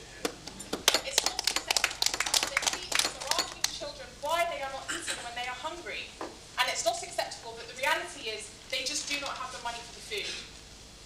And finally, it's not acceptable that a footballer had to start a politician's work. Whatever happens at national level is secondary, in my opinion, to what our work is, because that's a battle that we probably don't want to face. We're the representatives for our communities, and we owe it to those who voted for us. Now, being a councillor has been one of the biggest honours of my life, and we should sit here being very proud of this city and very proud of this decision, whatever side of the room that you are sat on.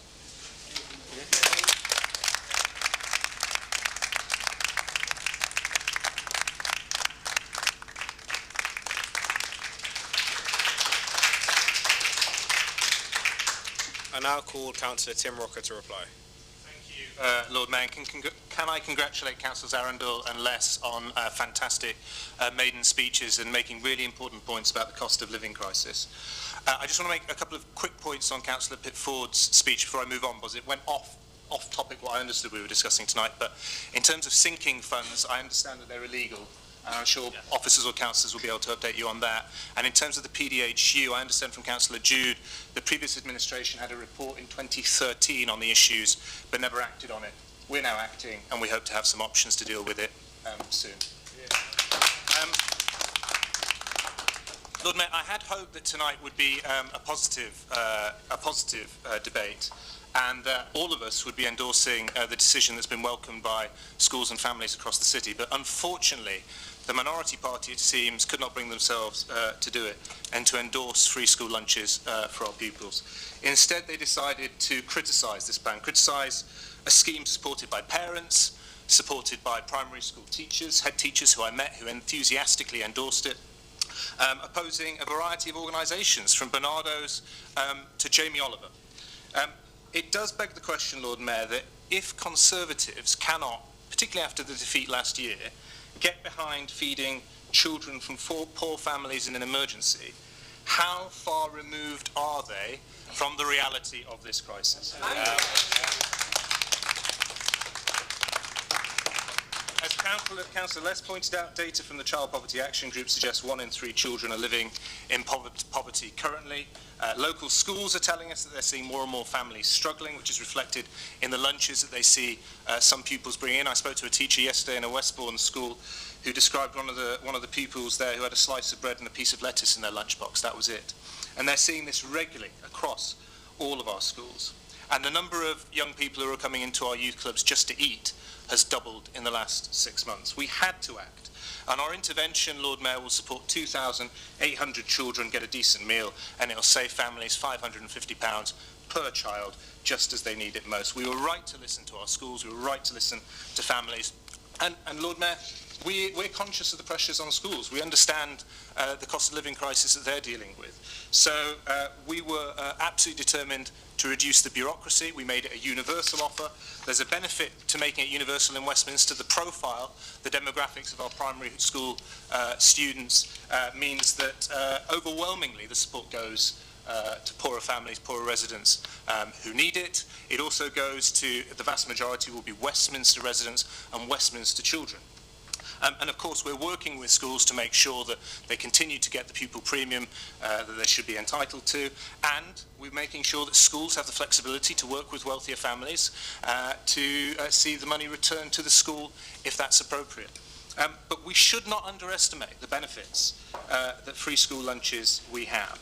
We know, as Councillor Les and Councillor Arundel pointed out, that it's crucial to learning, it's crucial to retention, it's crucial to well-being. If you go to schools in Newham, which is one of the few boroughs that has introduced universal free school meals, what is interesting to look at there is that the academic performance, not only does it improve for those receiving the meals, it actually improves as much for those already on free school meals as those who get it, because it changes the culture of the school. The evidence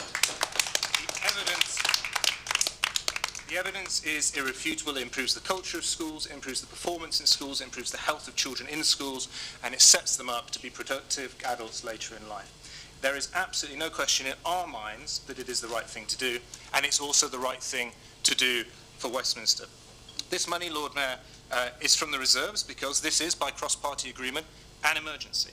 We have the ambition, of course, to continue it, and it's right to flag the cost of it after a decade of austerity, but that is our ambition. What we really need is for central government to properly fund social security, properly fund our schools, and properly fund local councils. But, Lord Mayor, the sum of £2.7 million is not far off the sum that was budgeted for the Marble Arch Mound. And I think, Lord Mayor, residents seeing public money being spent for the public good can only help rehabilitate the reputation of this council after it was left in the gutter by the previous administration. I want to put on record our thanks to schools and to officers for all their hard work in making this a reality. And of course, it's only one part of the many things that we're doing to help our residents during a cost of living crisis. But we will not let up in playing our part to tackle this emergency, and residents will know that at least on this side, we are on their side.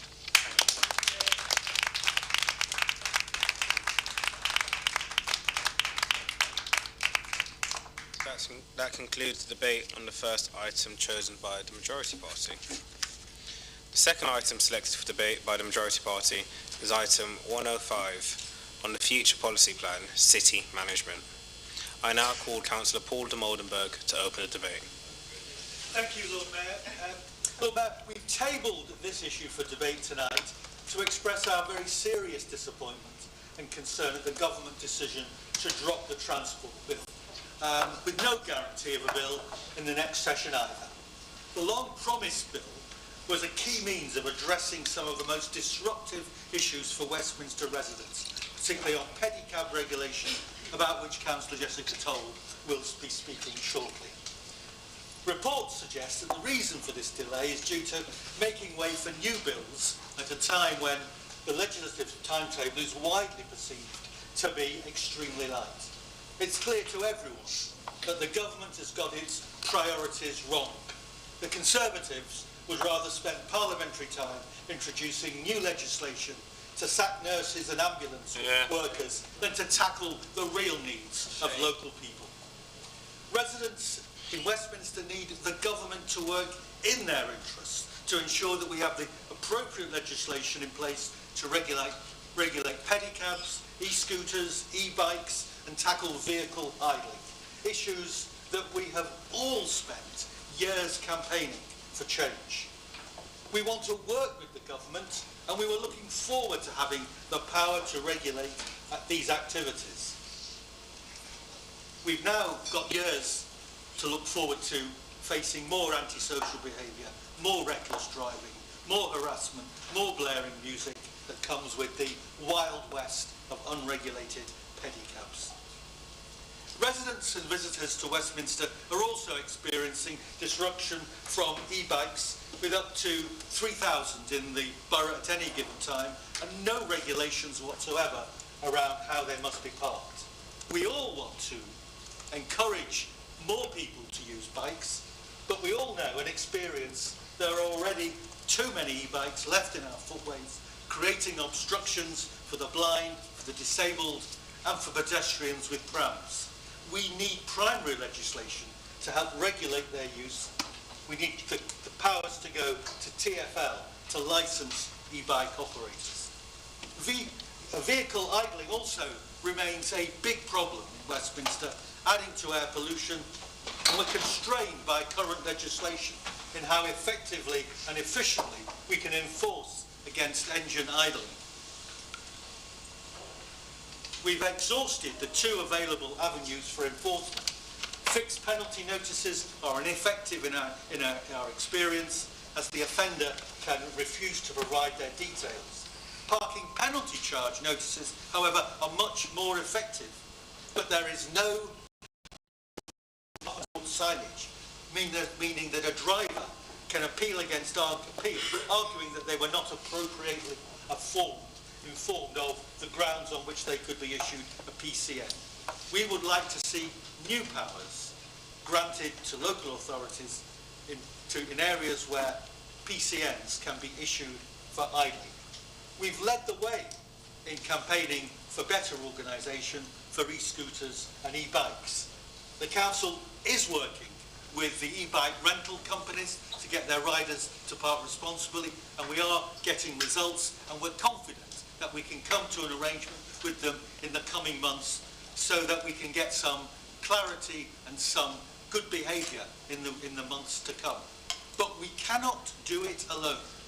That's why we're so disappointed that the government has failed to act. We all know that regular transport bills are in the public interest. They're very important in ensuring improved road safety. Let's take seatbelt legislation an example. It's been responsible for saving thousands of lives and reducing even more serious injuries. First introduced in 1968 by Barbara Castle, the legislation required manufacturers to fit seatbelts in the front of all new cars and retrospectively fitted to all cars registered from 1965 onwards. In January 1983, a law requiring all drivers and front seat passengers to wear their seatbelts came into force. The law changed again in 1989, making it a legal requirement for children travelling in the back of cars to wear seatbelts. This was followed by another change in 1991, as many of you will now know, which requires adult passengers to also wear seatbelts in the back of cars. If nothing else, Lord Mayor, the Prime Minister and his whole cabinet should now need no reminding of the importance of public public safety and how a transport bill can save lives. It is time for the government to do its job.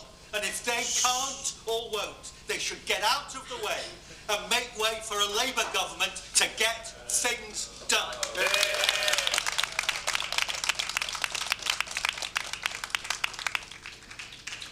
I now call Councillor Melvin Kaplan to speak. Thank you, Lord Mayor. I was actually wondering why this item was on the agenda tonight, because, Councillor Mulder, you know you're not going to get any disagreement from our side in terms of our support for the transport bill. You know that many of my colleagues have worked long and hard in relation to this to actually get this legislation to come forward. So you're not going to get any sort of noise or any disagreement from us in terms of the need for it. You know that's the case. But of course, you weren't able really to put your case across without saying, of course, it's all the fault of the government.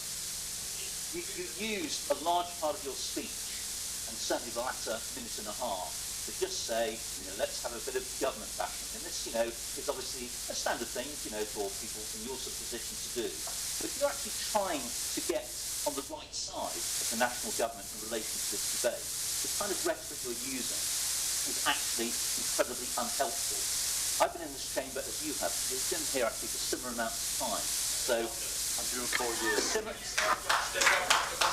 Similar amounts of time. But you'll be well aware that while you constantly talk about there being 13 years of Conservative government, you now remember 13 years of Labour government.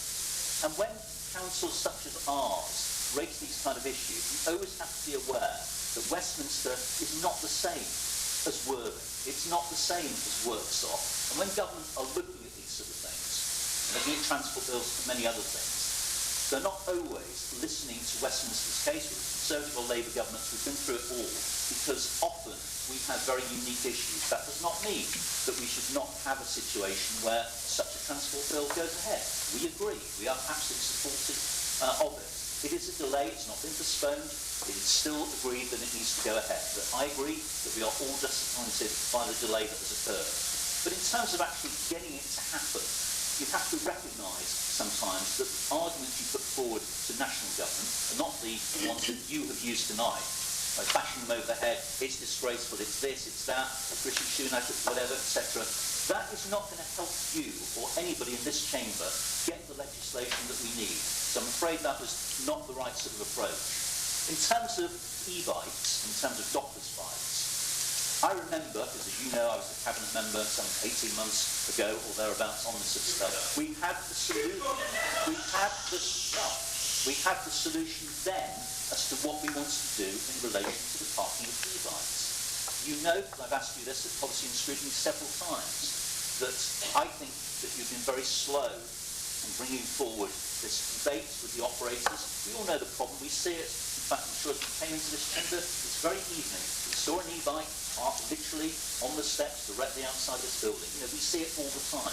We recognise what the problem is. But what we have to do is to look at what is in our power as a council, what solutions we can actually bring forward. Now, you say that you're looking to do this deal with the operators, and of course we've always been looking to do the deal with the operators. It's pretty obvious that you need to provide proper parking places for these bikes in order that we can actually rid ourselves of them being on the pavements all over the place. Now, Camden actually are probably going to go ahead of us. Not often the case, but they have in this sort of case. Because, well, they may be a Labour council, but they had a solution, which I'm not saying we were going to copy, but they had a solution that could have been implemented here in Westminster a long time ago. Why didn't you?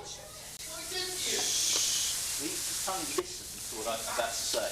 That, use the phrase, oven-ready solution was ready on the day you entered office as the cabinet member. It absolutely was. You have been prevaricating for the last 9 months not to deliver that solution. That's the reality. I know, because it was all under the discussion. Yes, we've got to do traffic management orders to actually put the various places in place for these bikes to be parked. But that could have been done a lot sooner, and you are not doing your job by saying it's going to be another 6 months, another 9 months. The clock sort of goes by. So there are solutions that are available to do these things. So So what I say in relation to this sort of debate is that we agree that... So, Lord Mayor. Did you hear that, Lord Mayor? I sure did. You're not going to... It wasn't unnecessary, but not rude. No, not a swear word. I think it's not a swear word. Not a swear word. Very rude. Not a swear word. It was a swear word. It's not a swear word. Yeah, I don't see that as a swear word. So you can allow the member to say that from what I've just been saying? I don't think it was directed at you, personally. Yes, it was. Of course it was. It was directed at me. Was it directed at him? Of course it was. Yes, it was. That's why... Expel the member. No. Sorry, I'm going to carry on. No, I'm happy to carry on. No, that's going to be a... I'm happy to carry on. If he says it again, I'll tell him off, but... Would you like to see it twice? Councillor Oldenburg, that's a warning. If he does it one more time... Okay, that is allowed to be said in relation to what I'm saying. You can apologise if you want. You can ask him to apologise after if you want. I'm happy to carry on. Apologise, I'm just saying he's allowed to say that in the chamber. We're going back and forth, wasting time. Okay, so what I'm going to say in relation to this is that you actually have a lot of powers. You're the cabinet member responsible for this. You now need to get on with your job and actually fix some of these issues. We will continue with our colleagues in Parliament to make sure that there is a transport bill to fix some of these issues. But I would say, in relation to a lot of the other things that you've talked about, you need to do your job. You're elected to do so. You need to get on with it. You have the powers to do many of these sort of things. Get on with it. That's your job. I now call Councillor Jessica Toll to reply. Lord Mayor, this is my first speech of full council, and as our names appear on the ballot sheet, it falls to me to be the last to offer my thanks to our predecessors. The West End is an especially dynamic ward with 4 very distinct villages, and it's a privilege to represent those communities who have welcomed us so wholeheartedly. And I know I speak for my ward colleagues as well when I offer my thanks to our predecessors for their commitment and hard work. Tim Barnes and Jonathan Glans, the latter in particular for his long service to the ward. But a special thanks needs to go to Pancho Lewis for his indefatigable commitment to the cause and for laying the groundwork for 3 Labour councillors in the West End. And the Conservative group will be glad to hear that Pancho's work and endorsement probably did more for us than the Marble Arch Mound. But today we are here to talk about transport, and as Councillor de Molenberg said, there is no greater transport issue in the West End than the nuisance caused by pedicabs. And I'm pleased to report that since Labour was elected in May, the gentleman who rode past my house at 3 o'clock regularly in the morning, blaring Whitney Houston's I Want to Dance with Somebody, has been notably absent, and many of our residents have noticed a massive difference. Of course, credit where credit's due, the work to tackle nuisance pedicabs was started under the last administration, and it has been a campaign issue for Nikki Aitken for a while, and for that we're very grateful. But to sing our praises for a moment. Since May, we have undertaken 7 partnership operations with the Met Police. We have taken 19 rogue pedicab drivers to court, generating more than £18,000 worth of fines. There have been 6 written warnings for ASB issued, 2 community resolutions, and 1 driver has been arrested for possession of drugs. But despite the success we've had in tackling this nuisance, the powers available to us at local council level are not enough. Pedicabs pose a far greater risk to the visitors to the West End who come for a good night out. They face unsafe, uninsured vehicles that aren't subject to inspection. There's no requirement for drivers to have a criminal record check, leaving passengers vulnerable to sexual assault and robbery. And of course, the rip-off fares. On Monday, the BBC reported that one passenger was charged £300 for the 1-mile journey between Selfridges and Green Park, and another was charged £180 for a 3-minute journey. However, thankfully, police and council officers were able to get that last one's money back. Now, I'm glad Councillor Kaplan raised the point about we should be looking into what we can do. Westminster City Council is working with the Department for Transport, TfL and industry bodies to explore what regulations are needed and what powers there are already available to officers to deal with this issue. But legislation is needed. And let me put this into context. The laws covering pedicabs haven't changed since 1869. Victoria was Queen, Gladstone was President, and we still used the half-farthing. What was the new councillor? Well, so this means anyone could buy a pedicab and pick people up. So it is a great disappointment and quite astonishing that this was kicked off the radar. We were promised new powers to deal with the issue of unsafe pedicabs and rip-off fares, and we have been let down again. This was first raised as an issue 12 years ago. Unfortunately, Nikki Aitken's private member's bill was kiboshed by a single Conservative MP, and just when we thought we'd made progress with the provisions in the transport bill, by the way, we all cheered in the West End, this was withdrawn. So we're back at square one, because there hasn't apparently been parliamentary time. So the government has let down Nikki Aitken, the government has let down our residents, and they have let down the public for failing to take their safety seriously. Once again, government is asking underfunded councils to do more with less. So we will continue to crack down on pedicabs that rip off our visitors, and recently we've launched a communications campaign to do just this, to raise awareness about the issue, and businesses are displaying our posters in their shops, and if you've been to Leicester Square recently, you'll have seen that this campaign is up on the big screens in front of the Hippodrome. So, to make a real difference on this issue, we do need primary legislation, so I would urge the government to put the transport bill with these provisions for pedicabs back on the table as soon as they can. Thank you, Lord Mayor.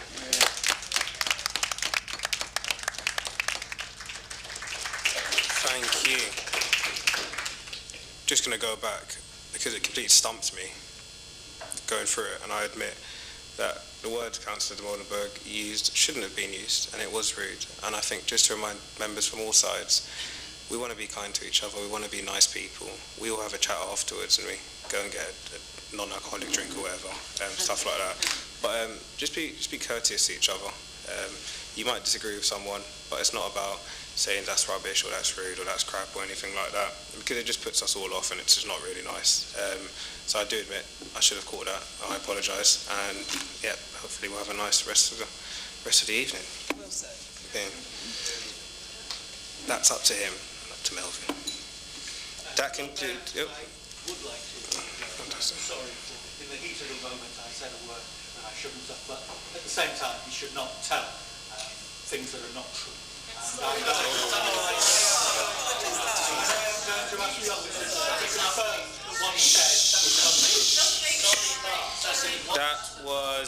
That was Councillor de Molenberg's form of apology that he wished to present, and that's the one. He disagreed with what you said. I'm going to carry on, because we're not going to carry on all night having this discussion. That concludes the debate on the second item chosen by the majority party. We now move to the item selected for debate by the opposition party, which is item 49 on the future policy plan, public health. I now call Councillor Rachel Robertson to open the debate. Thank you, Lord Mayor. And may I start by congratulating all the new councillors on their maiden speeches, which have been excellent.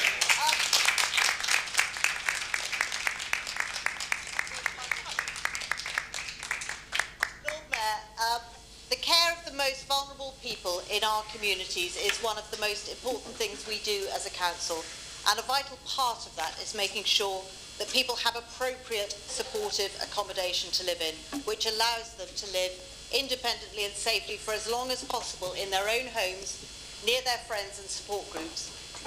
Over 10 years ago, the council started its Shopwork, specialist housing solutions for older people, which showed that most of our specialist accommodation and care home provision was frankly barely fit for purpose. And we also needed to build much more supportive accommodation, particularly extra care sheltered. Moreover, it needs to be in Westminster, so that unless people wanted to move elsewhere, they would no longer have to move out of borough away from the place they know in order to be placed in appropriate accommodation. And we set about delivering on that. One of the things I'm most proud of is Beechcroft, our brand new 84-bed dementia supportive nursing care home in Maida Vale, all designed to incorporate the best design principles, light, bright, ensuite bathrooms, fantastic communal spaces and a dementia garden. This is the very opposite of the soulless and tired nursing homes we all dread. In addition to this, we implemented a raft of other schemes to deliver sheltered homes, which will shortly be delivered. Lisson Arches with 59 sheltered units, Darwin House 34, Carlton Dean 65, Adpar Street 20, and of course Church Street as well. All of these will ensure that we have enough top quality sheltered and extra care sheltered accommodation according to our own forecast for future needs, and that's something my administration is very proud of. But what of other specialist accommodation? After many years of negotiation with NHS Property Services, and believe me, I still have the scars on my back, we now own the Harrow Road site as well as Elmfield Way. But I'm told that there are no longer plans to develop these sites to create the fit-for-purpose accommodation for people living with learning disabilities and autism, which is so desperately needed. I hope that's not the case, but if it is, I would ask, where is it planned to build the homes which these people currently living there desperately need? And what of Droop Street? What are the redevelopment plans for that site? But Lord Mayor, it's also clear that as people are living longer, we needed to act to make all of our general needs accommodation supportive for people living with dementia and other frailties. That's why in 2016, when I was Cabinet Member for Housing, I introduced a dementia supportive design template. And since that date, all of our void properties have been renovated to that standard. The design of bathrooms and kitchens, position of taps, type of flooring, level of lighting, signage, position of locks, low surface temperature radiators, all designed for lifetime living. And Lord Mayor, since that date that I introduced that, all of the roughly 350 Westminster Council-owned homes, which come free each year, have been renovated to that standard. 2,197 so far. This must continue and be built on as new learning emerges of how we can make our accommodation as supportive as possible. It also needs to continue to be implemented in all of our new builds, as we were doing, such as Ebury Bridge and all of our other developments. But finally, Lord Mayor, I'd ask, who is the person who is championing this now? Who is the Cabinet Member or Councillor who's driving this? To deliver these schemes, believe me, takes years. It took me almost 10 years to deliver Beechcroft, and it means bringing together adult social care, children's services, housing, finance, regeneration, corporate property. Very often, these departments have differing agendas. They need to all be brought around the table, and there needs to be one person who is doing that. From 2012, when I first entered the Cabinet, until May last year, I chaired the shop group, and I championed this agenda myself. And the reason was because I believe there are few things more important if we want to be a city where we can look after the most vulnerable of our residents than making sure that they have the accommodation they need in Westminster to be able to continue to live well and near their communities. Yet it doesn't even appear on the long list of this administration's cabinet responsibilities, and that's really disappointing.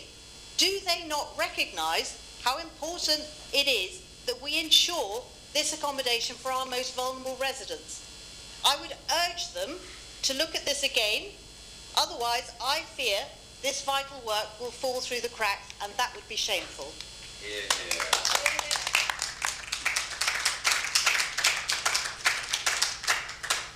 Councillor Consia Albert. The display of amnesia of the mess we have inherited by the minority party has been unbelievable tonight.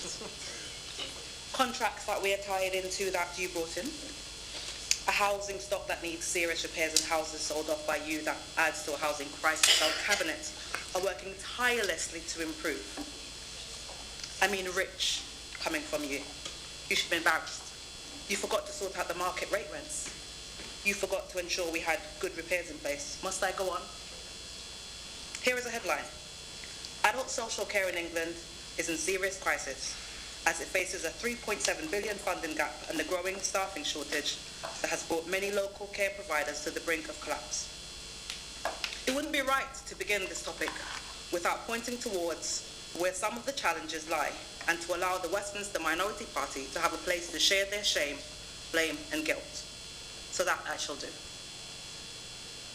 Why is health inequality and inequity growing under this Conservative government? Year after year, we witness further dangerous budget cuts from already stretched services.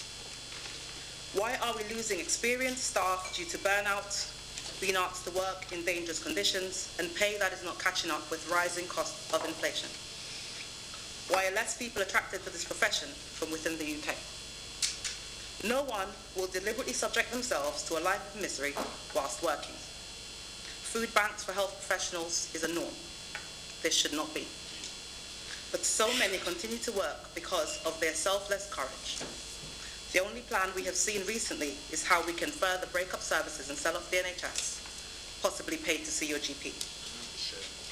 When the health and well-being of public health professionals are no longer valued, an effective service cannot be offered. Your government is driving people to early graves, disrupting the quality of lives for some, and ensuring preventable illnesses become acute problems, creating chaos. Are you not appalled? When profits are put before a healthy society in all of its factors, this is bound to happen. From paying their friends to take on undelivered contracts to ensuring services on their knees are further afflicted. In Westminster, 24% of households includes a family member with a disability, 13.8% with a long-term condition that limits day-to-day life. 1,000 adults are diagnosed with autism, and it is accepted there are a large number of adults that are undiagnosed, especially so in global majority communities. Will you Westminster Conservatives join with us and speak truth to your national leadership about the difficulties people in Westminster have faced because of policies you have co-signed? Will you let them know you do not support a regime that kills off people early and takes away the quality of lives of our residents? Our statutory services cannot carry on like this. Westminster Labour campaigned for better before the election, and we continue to do so. We are using the overstretched resources that we have to create better lives. The council staff have re-strategized on the resourceful leadership to work on the priorities. This includes better pathways for disabled residents that leads to personal development and integration. Also, we are creating a more diverse marketplace leading to meaningful employment for greater choice and more control over their care. A wider mental health training offer, a harm reduction strategy, a new partnership combating drugs with a holistic recovery offer that works with the community and VCS organisations, cross-council work with a direction and a framework. In 8 months, we have not only delivered, we have a strategic plan that has actions, timelines, clarity. Public health in Westminster is working on behalf of its residents. It is unacceptable a resident in Knightsbridge lives 18 years longer quality life than a resident in Westbourne. Saying you recognise this as you did for years whilst watching the gap widen under your leadership means you share equal blame. It is likely also you will remind us of things you did whilst leading the council to help our residents and address inequalities. But I will let you know now, it never went far enough to turn things around. You were selective on how far you went to make things better, barely touching the surface, and it shows. This is a pattern you followed, one reflective of what I can only describe as a Tory mindset. More broken promises, stating ambition to fix adult social care with no strategic follow-through. We as the council have a responsibility to improve and protect the health of residents. Where you are born, live, learn, work and age in Westminster should not have a detrimental impact on your quality of life, but it has for years. May 2022, we saw a seismic shift that has brought with it the beginning of change. We're only 8 months in, and I have listed priorities that are considerate of the residents and the strategic plans with deliverables that will have a positive impact on the lives of residents who need access to adult social care. Our building and strengthening a partnership with the voluntary and community sector and valuing their contribution by recognising them for the work they do alongside us, by properly funding priorities and accrediting them, by naming them for their work in supporting the wider determinants of health. Thank you.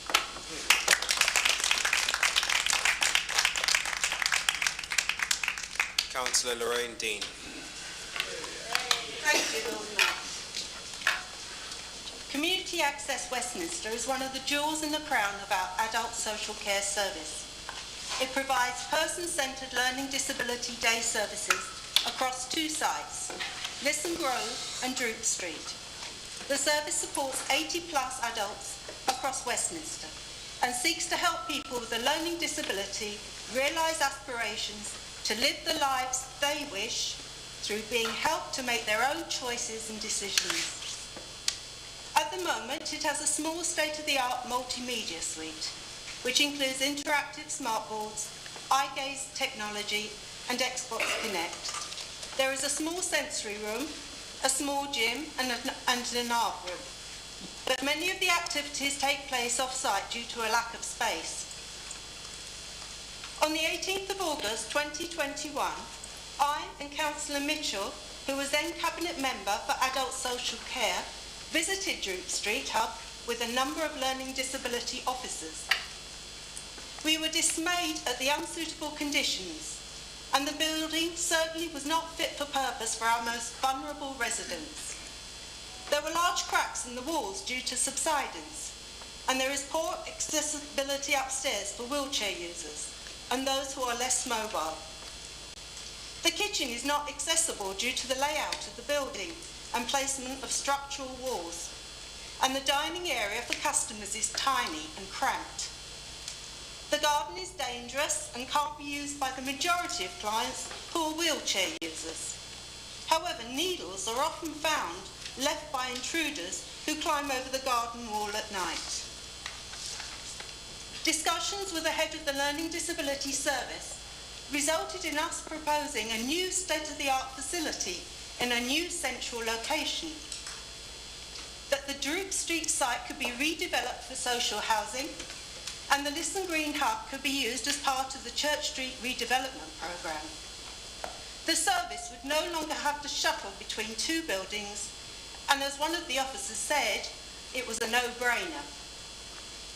By April 2022, a suitable building had been found in Lylestone Street, NW8, which being more central would be easier for the learning disabled residents to travel from the south as well as the north of the borough.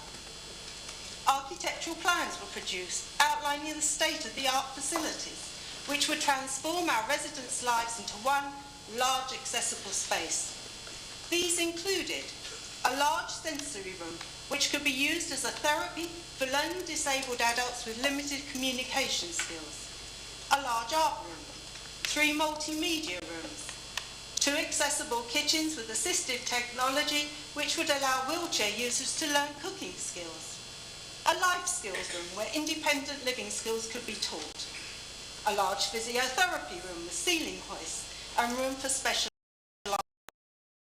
3 safe spaces for those with challenging behaviours who may need a timeout space, plenty of accessible toilets and changing facilities, a sensory garden, and last but not least, a roof garden where clients could learn to grow their own food.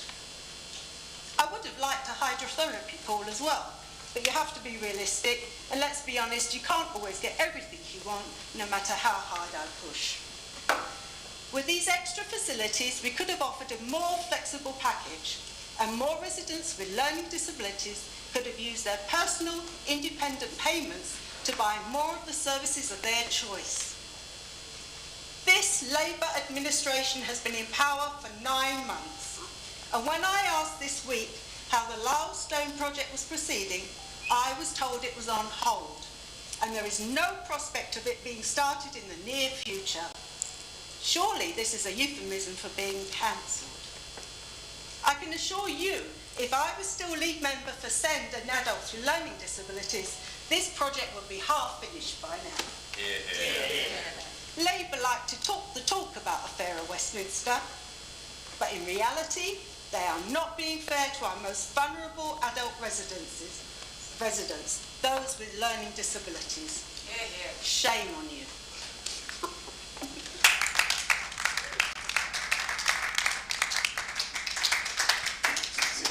Councillor Robert Rigby.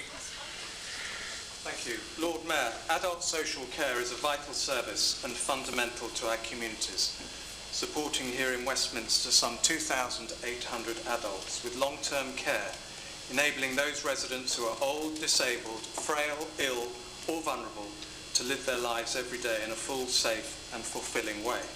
offering independence. But how do we want our adult social care to look?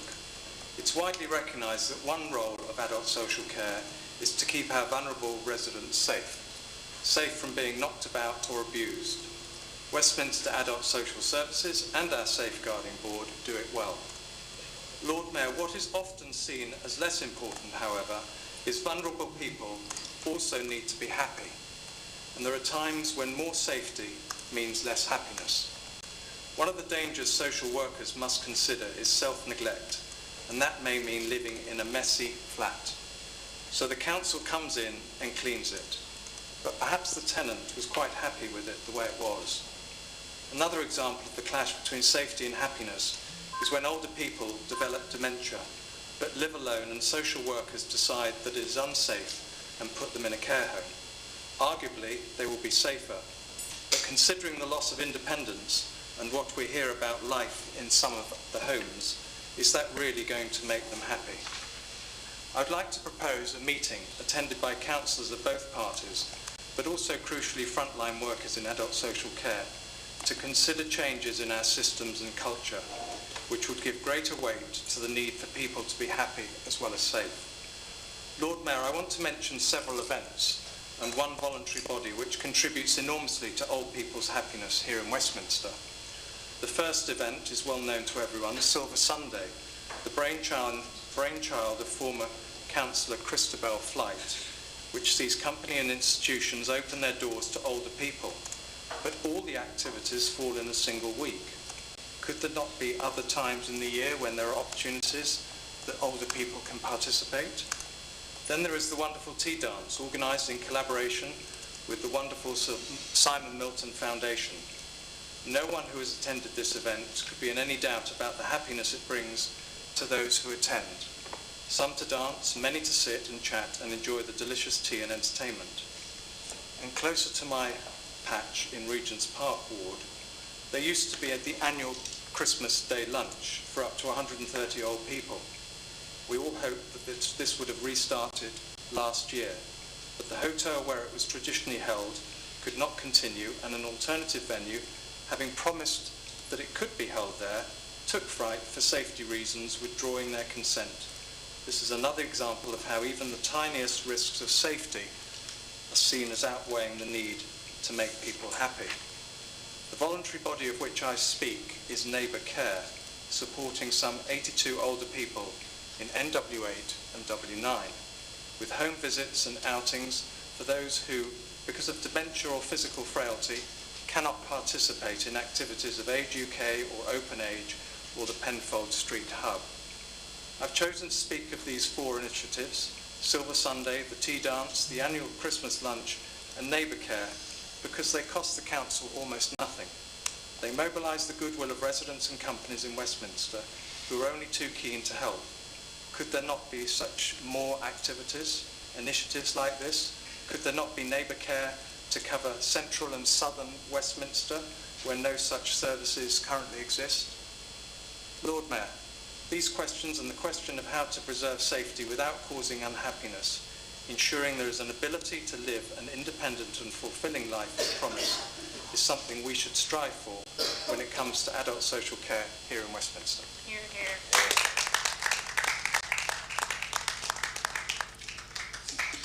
I now call Councillor Nafska Butler Philasis to reply. Thank you, Lord Mayor. I will go through the speeches that were on this topic earlier, starting from Councillor Robertson, who told us all about the glory days when she was in charge. And thank you very much for outlining all the sheltered housing accommodation which this administration will deliver in coming years. That's very much appreciated. There are issues, Beechcroft in my ward, we are very, very happy that it's there and it's an excellent care home. However, there are still issues with the basement where we have 11 voids, which we are hoping will be filled soon.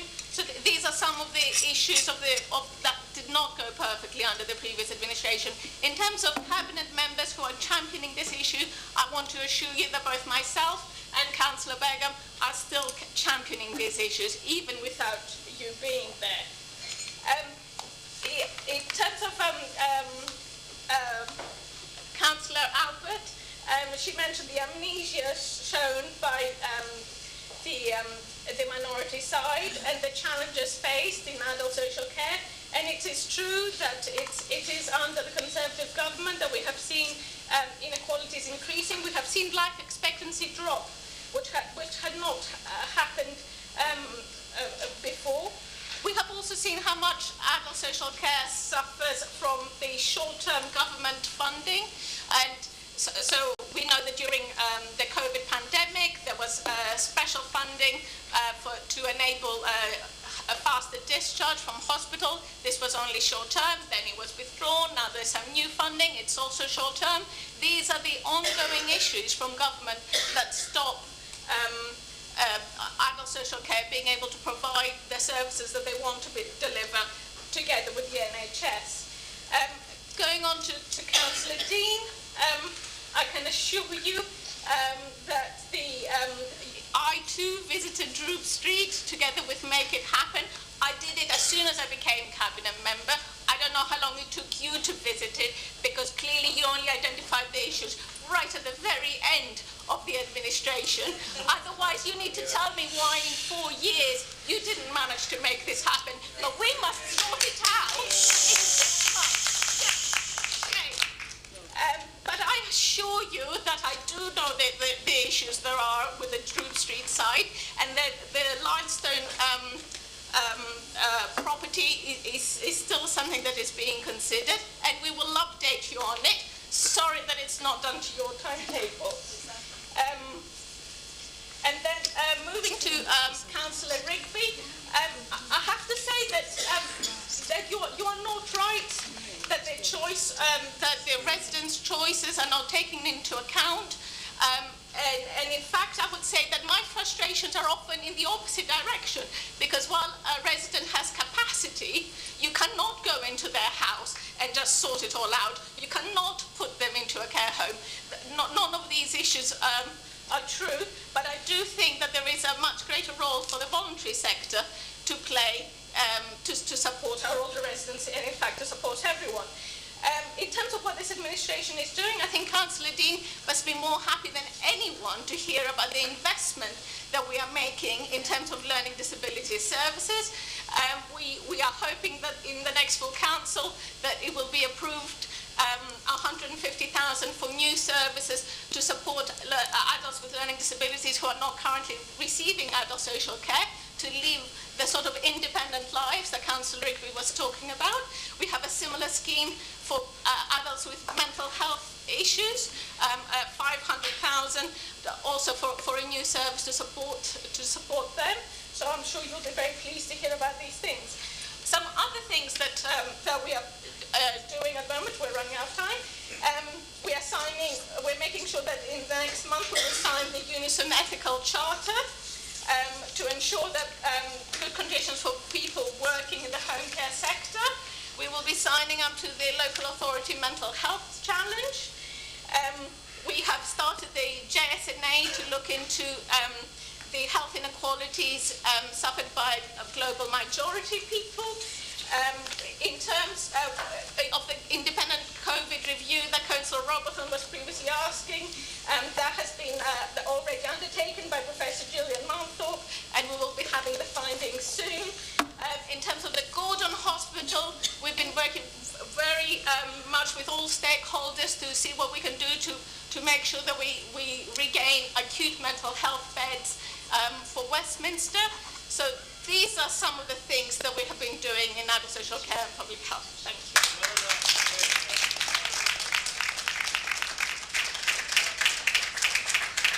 That concludes the debate on the item chosen by the opposition party. Agenda item 10. There is only one report to be voted on this evening.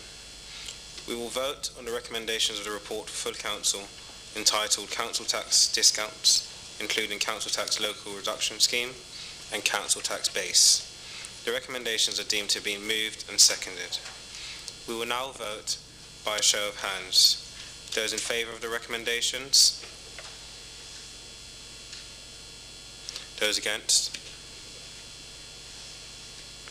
I declare the recommendations agreed. It's now 9:30 and that concludes the council meeting. Thank you and good night.